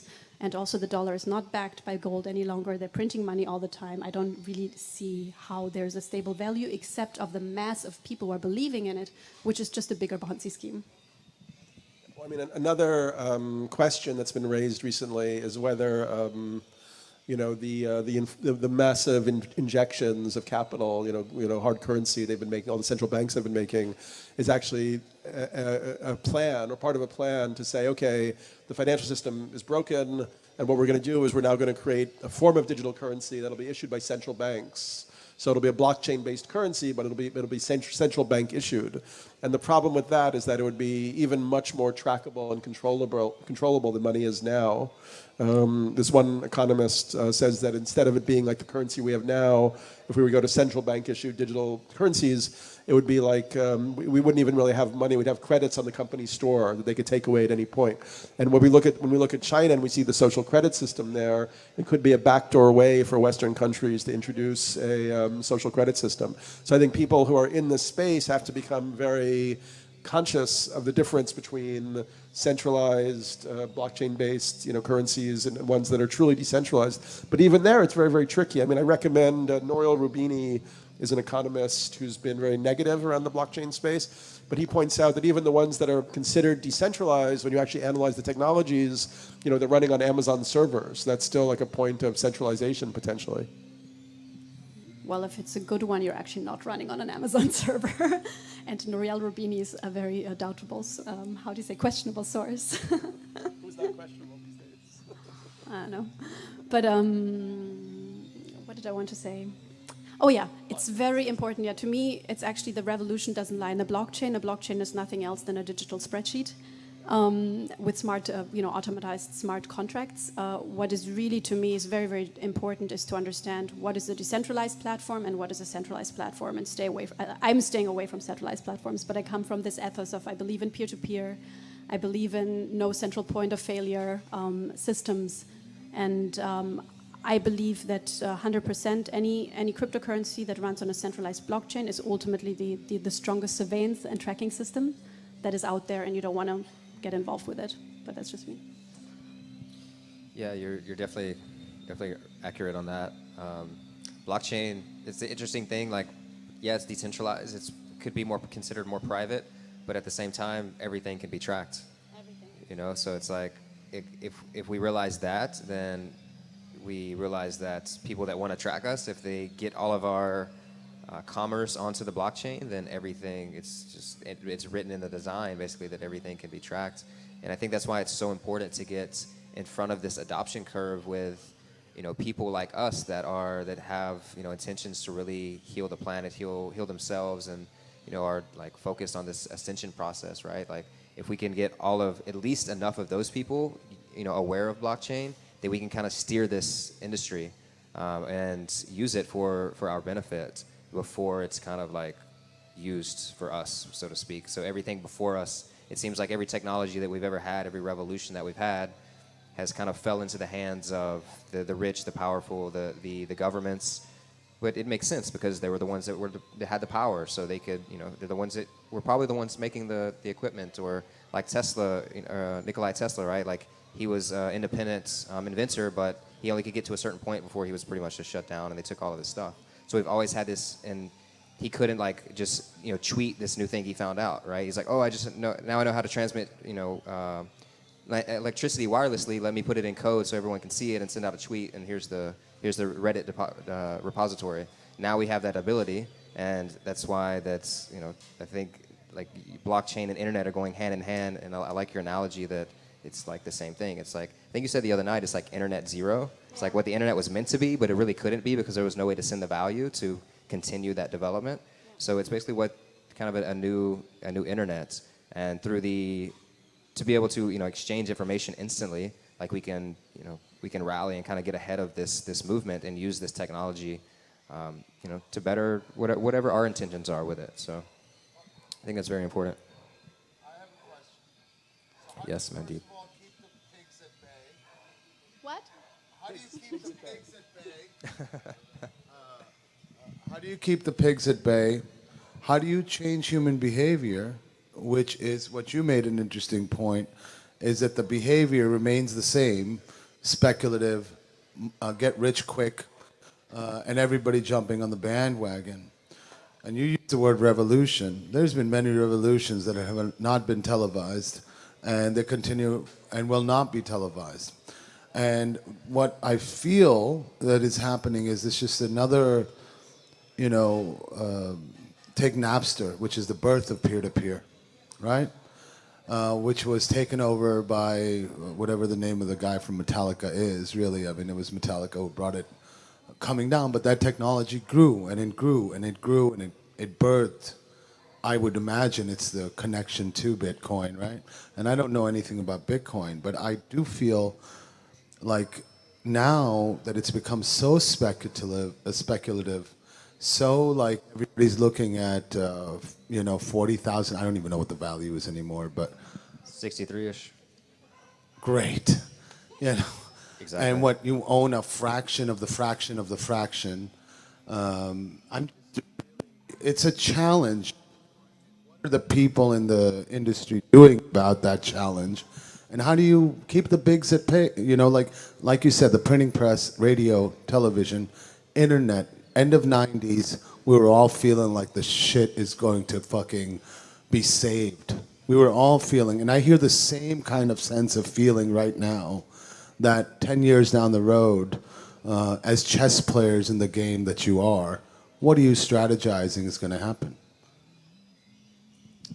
That's a wonderful, wonderful question, and maybe we can all shed some light on that. I think the biggest difference between blockchain and television, radio, all these other things that have came out is the ability to communicate and to create these core group of developers, and not even necessarily just developers, but just a community of people that have these same visions and these same intentions to create an ecosystem, and then we can all connect and we can use this blockchain. So it's not the concept of keeping the pigs at bay and fighting and resisting this old paradigm. It's like the Socrates quote of focusing completely all of our own energy on creating the new, and that's what I think that's the answer, in transcending instead of resisting. No, but we can go actually into the nitty-gritty if you want to. Okay.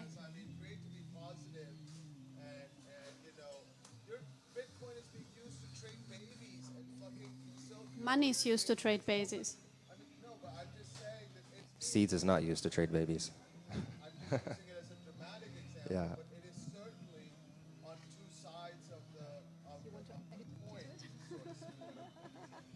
I mean, so the problem is that the powers that be have a lot of power. They have more and more power. I mean, they have, drones.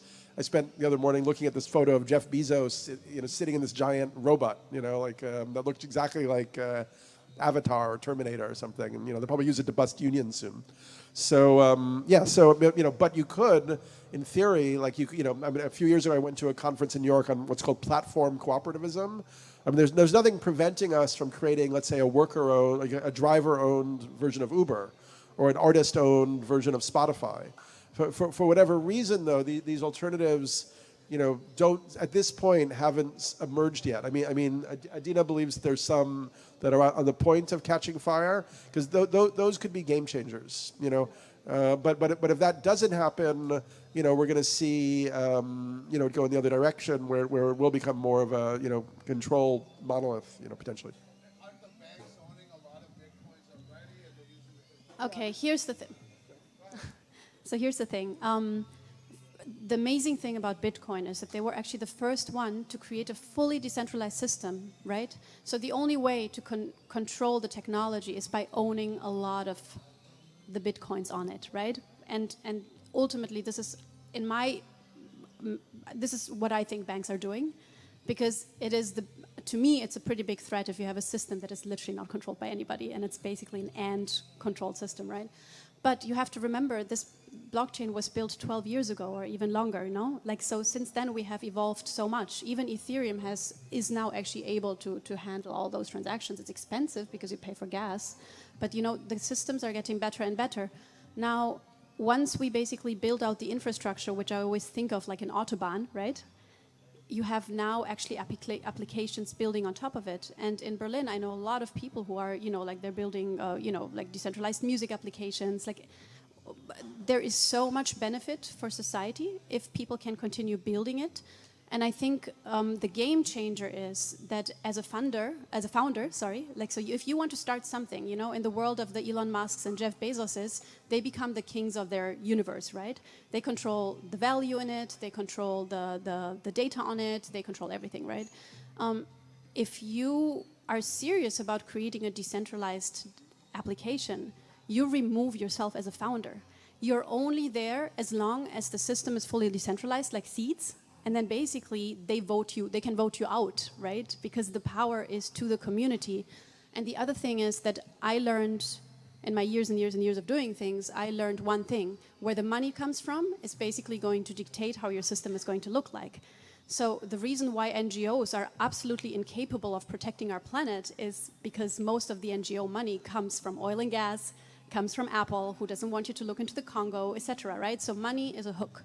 The amazing game changer in the blockchain space is that you can now truly fund things.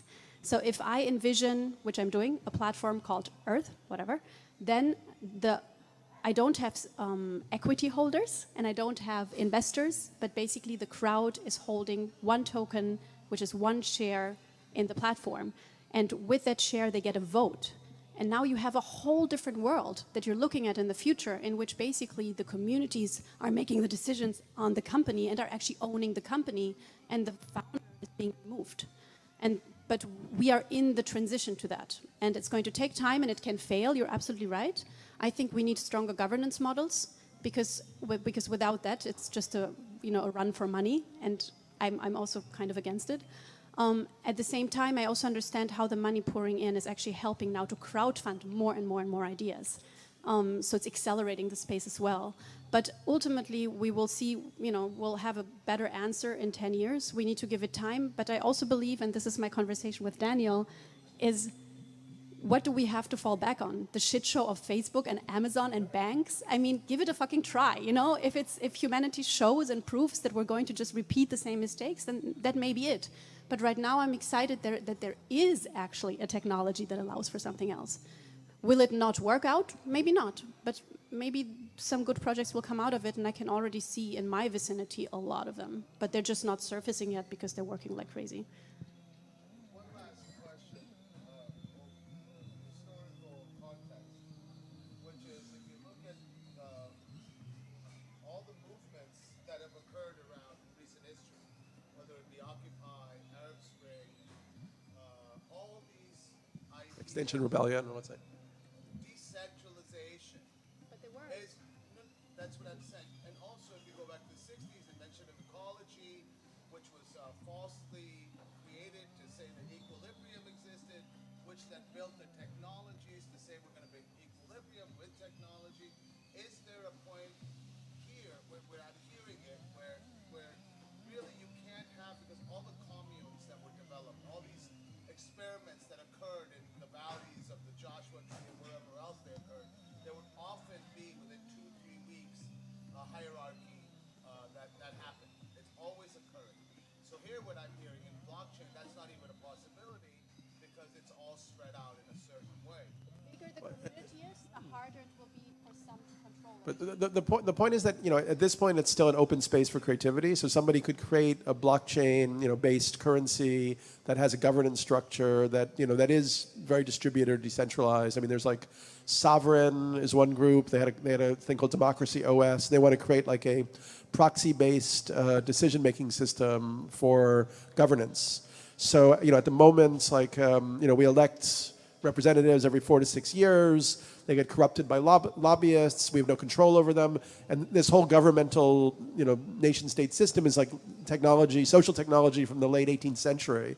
And we know it's really out of date, and it makes it impossible for us to make progress, right? So, in theory, you could have a direct democracy where people vote in all these different areas. And it's like, maybe I know that I'm not like the expert on energy. So I give Andrew my vote on energy. But then if I find out 2 months later that Andrew is getting a kickback from, Exxon, I don't have to wait 4 years to take my vote away. I do it right away and give it to Adina, and then so that's the kind of thing that's possible here. It doesn't mean that it's going to happen. I mean, we know from the idealist euphoria over the earlier days of the internet that the corporate structures are extremely good, and governments are extremely good at kind of like taking idealism and crushing it. One example I was talking to her about was my friend Casey started couch surfing, which was a much more radical idea than Airbnb. And they had like millions of people on couch surfing, but then they wanted to do it as a nonprofit, and the IRS said that couch surfing was not a charitable activity, which kind of like took the wind out of their sails, and then Airbnb exploded. So yeah, it's super tricky, but there is, Adina is totally right, and Andrew also. We got to hope for something. We got to put our, if a really amazing decentralized system, blockchain-based system could help us, create a social network that's an antidote to Facebook, create other ways of exchanging value that, doesn't plug us into the military and the oil monopolies, then we have to go for it. It's totally true. Maybe one more thing to add. Oh man, I just dropped the thought. There were so many. Yeah, I think the most important thing to note is, did it just come to you? Yeah, I think the most important thing to note is that we have the opportunity to get in front of this technology and use it for whatever we want it to be. It's a creative outlet for us to create, whatever we agree to, and it's even once it's created, it's not rules that can't be changed, or we have to pass this bill. I mean, it is actually similar to democracy, but it's just a more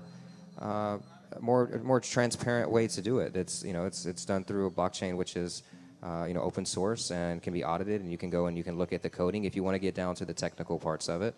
But I guess moving forward, especially with say something like the Seeds passport, it's like pulling that coding to kind of a readable, digestible proposal. That's like, okay, this is what this person wants to do. This is what this person is voting for. This is the proposal that's been created, and it's being able to refine those and really just like support what we truly want to.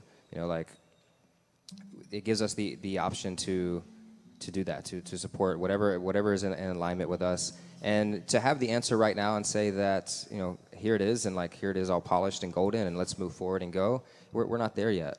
I think Seeds is like the most refined one, and that's the only one that's similar to that I'm aware of. Hopefully there will be many more that come either from Seeds or from Hypa, the same DAO, or that complement it, and that they all can start basically kind of merging together like these little energy bubbles that just kind of, once they align to the right frequency, then they're like, okay, we're the same network now, and you can just grow and expand and really creating the new and leaving the old paradigm behind. And yeah, it's that just saying that is still kind of like visionary and is up here a little bit, and now it's a process to ground that in, and it's up to each one of us, and really is the reason I created this company, 5D Blockchain Consulting, to push this adoption and to accelerate this, because it takes the awareness. Like, we all have to become aware, first of what we need to change and what we need to fix. And without being aware that this is even a possibility with blockchain, then we just kind of, we stay in the old patterns of maybe just ignoring it because we just think it's another means to an end that's just a cycle, or we get involved and it's like, oh, I just want to invest and make money, and then it goes no further. But I think eventually things will always work out the way they're supposed to, but then we're also here to kind of take these cues and be like, okay, this is my role, is to come in and share this awareness of what this blockchain, this technology, this internet, this thing, like this vehicle can really provide for humanity.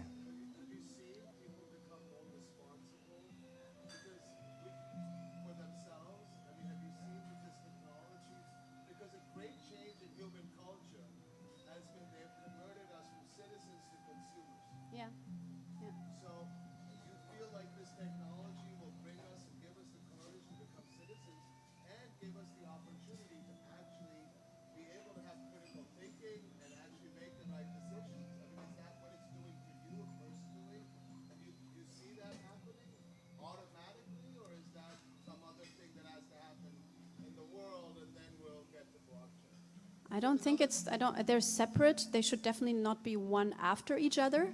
But at least for those people in the world who are aware and who have those values and who are self-responsible, at least there is an alternative right now to the systems, digital communication systems that we can be on.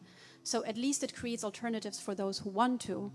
And ultimately, it's about us and keeping ourselves in check. I can only encourage everybody. The space is wide open. The way I started something, you can start something and to make it better, right? So I'm not standing in front of it as a critic. I basically got in there and I saw, okay, there's a real big problem how we deal with environmental and climate data. There's no transparency. We don't have any idea of what's going on in certain places. So how do I use blockchain to actually create transparency and information about environmental health to everybody? And how great is it to have actually a system that is fully open source, because Google is closing its data, Amazon is closing its data. So how cool is that to actually have a full space where everybody just opens up their code, and if you don't think it's good enough, just go and make it better. And this is what it lives off. And ultimately also the idea that there's no competition, right? Because if somebody comes in and basically makes Earth better and builds their own coin on top of mine, then we all thrive. But we all have to keep ourselves in check. You know, if we just get greedy and want to make a lot of money out of crypto, and we start investing in shitcoins, and we start investing in whatever Elon Musk is saying, and we basically, you know, like invest in centralized, projects, then we're detouring the system. So it's ultimately, it's like everything. It all comes down to all of us to actually make that better. Technology is just technology. It's good to hear that it's like a Stallman voice of MIT that we're building the first operating systems and sharing, really sharing to build upon each other. That sounds like a foray into the way the human. But then I hear NFT and I worry about the ownership. How humans are also struggling with this ownership issues, and they don't understand that the greater culture is built on sharing, not owning. And I mean, there's a lot of issues because the Copyright Act is called the Act of the Encouragement of Learning. It was built for public domain purposes, not for us to own something. And all these behavioral patterns that we have Are being reproduced. have to be reviewed, and I hope that we can inject, those kinds of values. But it seems like NFTs, no, it's okay. No worries. NFT is just a collectible. And I'm actually, by the way, To bring up NFT. no, I let's know go. that this is not what you.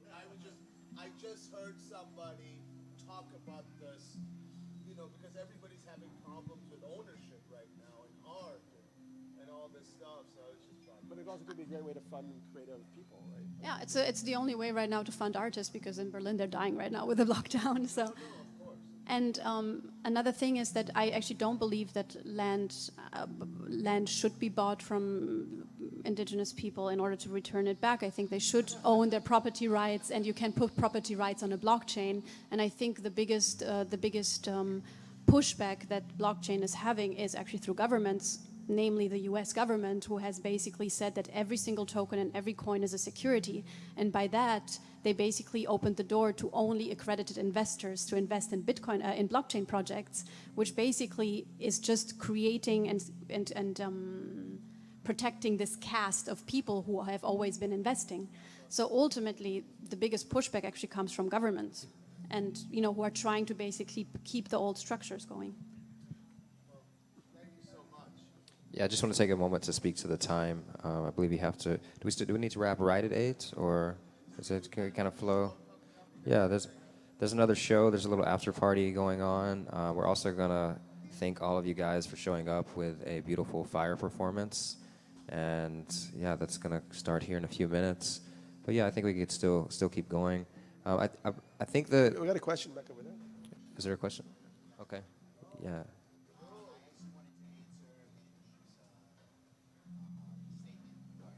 Can you keep it? Can you make it a question though? Because it's so much easier if you're on a panel and you have a question.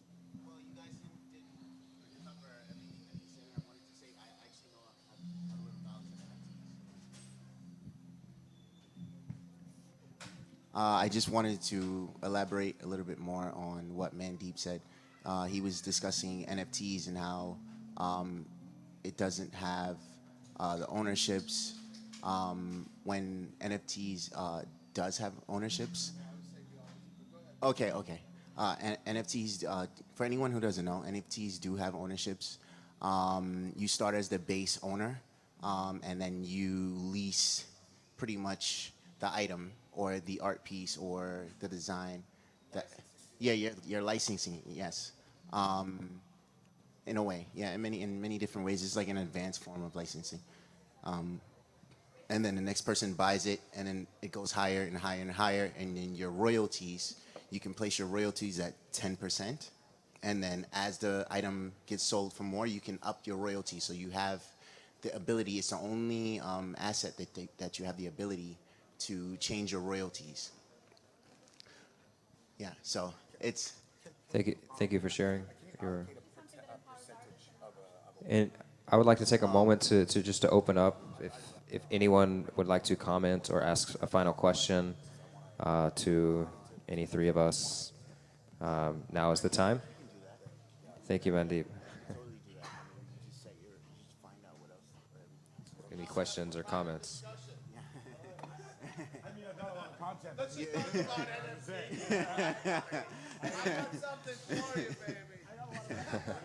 No, it's pretty much endless possibilities. There's a community that I follow who is heavy into NFTs. A lot of the youth nowadays are jumping in on it. They're making video game like items, and they're selling items on video games, and they're just skyrocketing. And these little kids are making an insane amount of money. So I'm just like, the kids are the future at the end of the day. Sound like a Whitney Houston song. I believe the children. No. Yeah, so just to give a little bit of insight on what's going on, you guys should definitely look into NFTs and try to grasp that idea and that understanding, because it's ridiculous. It's endless possibilities. And you can just take one of those items that you have there hanging up, take a photo, send it, and make it an NFT, just animate it or something, and sell it and just put like 1% royalty and see where it goes. I turned this Merkaba that I'm holding into an NFT. Oh, It's really? actually created by my friend Magic Did here. it sell? I don't think so. It's on Rarible.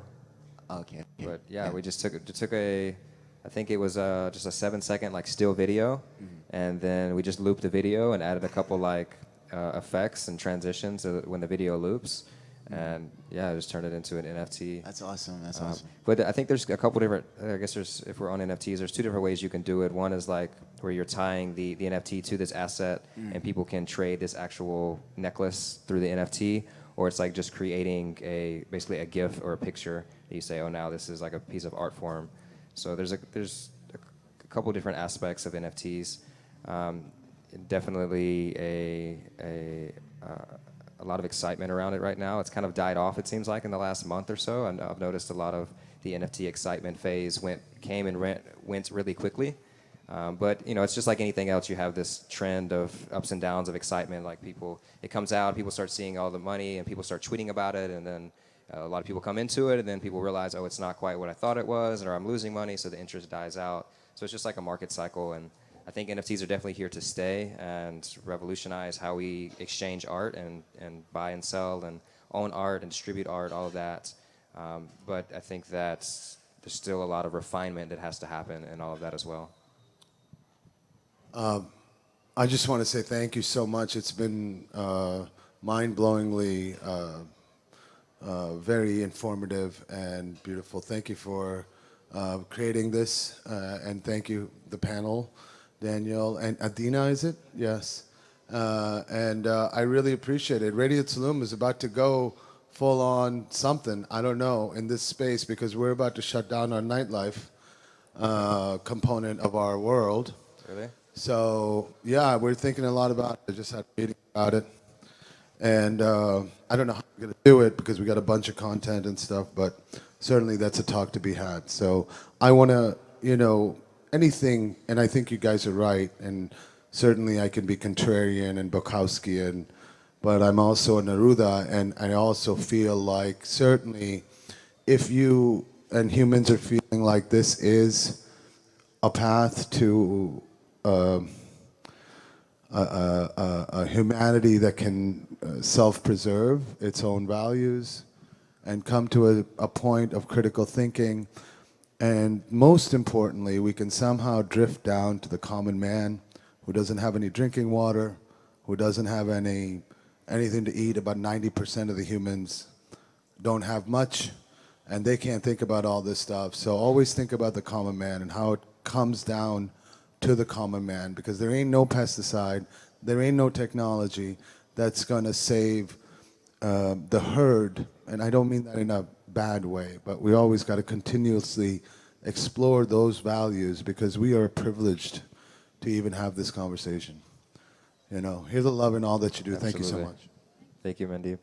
Yeah, thank you for opening your space here. I look forward to building this relationship. Maybe the panelists have a couple or a closing thought. No, but I think what he raised is really crucial. I mean, the problem is also that, crypto. I mean, we look at the construction workers, the farmers. They're not getting into crypto. So in a way, it's still a very much of a privileged person's game at this point. What is that? Actually, that's not quite true, because crypto allowed for a lot of unbanked to be banked. Like, we don't understand that having a bank account is a very privileged thing that only a very small percentage in the world can have. So I can send you the statistics, but it's pretty there's so many projects. The first thing they did 2017 is actually to use it to bank people in Afghanistan, to bank like M-Pesa in Africa. No, it is. M-Pesa is not blockchain, but they're blockchaining it now, because people are already used to use their mobile phones and to use vouchers and credits to buy for things. Yeah, and also in Afghanistan, like the first thing to basically bring, because it's interesting, because even when I was with Bedouins, the one thing is they have a mobile phone, right? Even in the Amazon, up and down the river, right? So this allows them actually to independently, even if they can't have a bank account, to actually exchange assets, and you'd be surprised how many actually have coins. Exactly. And to even get it, because they don't get Western Union or, and speaking about China, I mean, the USBC is Chinese. So.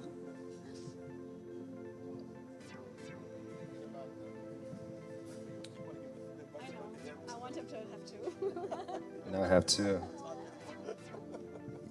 So I think the bottom line really is there's a lot of opportunity, and a lot of opportunity for creation, and we're still at the infancy of all of this.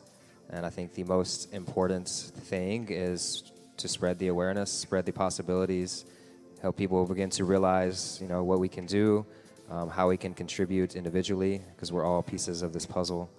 And just building a community around this. And Tulum feels like a great place to do that. There's a lot of smart people here. There's a lot of business-oriented people. There's a lot of crypto people here. There's a big crypto community here, and there's a lot of there's a huge spiritual community here. So bringing all those things together, plus the energy of Tulum and the Mayan culture here, and the Mayan prophecy of Tulum being the birthplace of the new Earth, I think that this is it. And I don't know what the timeline looks like. All I know is that we can just keep doing what we're called to do and keep coming together, and whether it's through talks like this, or whether it's actually developing technologies, or going to communities and education there, just keep moving forward. So again, my name is Andrew. I am the co-founder of 5D Blockchain Consulting, and we're operating here in Tulum and also globally, but to help people invest and trade and advise, to use blockchain to direct you into the best resources and the best path for you to get to where you really want to go using blockchain and whatever facet that looks like. So if that's something that resonates with you and you'd like to connect further, I'll be hanging out here during this fire performance. I thought this was a monkey over here. It's a dog in the grass. It sounds like monkeys. So I would love to connect with each and every one of you if I haven't connected already. There's also a beautiful art display over here that's my dear friend and brother Magic has set up for us. Check that out if you haven't already. There's some really dope swag over here as well that Nacho brought. And there's some good food and drinks over here behind the bar in the kitchen. And there's amazing people all around us. So thank you all for coming and being present.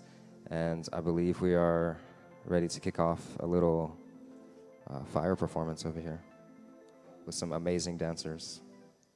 Super excited about that. Also tell them we're going to do a journey of a life through music. We're going to do one of our shows that we intellectualize on how to tell the human story and how to change our existence out of the bubble to see how wide we are, with two gentlemen named Sequencer from all the way from Guadalajara. And the show is basically me pontificating how I'm going to tell the human story and how I'm going to change and evaluate the length of the width of a human life. And it's super fun. They're going to share their whole musical interlude. So stay tuned for after this, and then they're going to play a set for us. Thank you for joining us.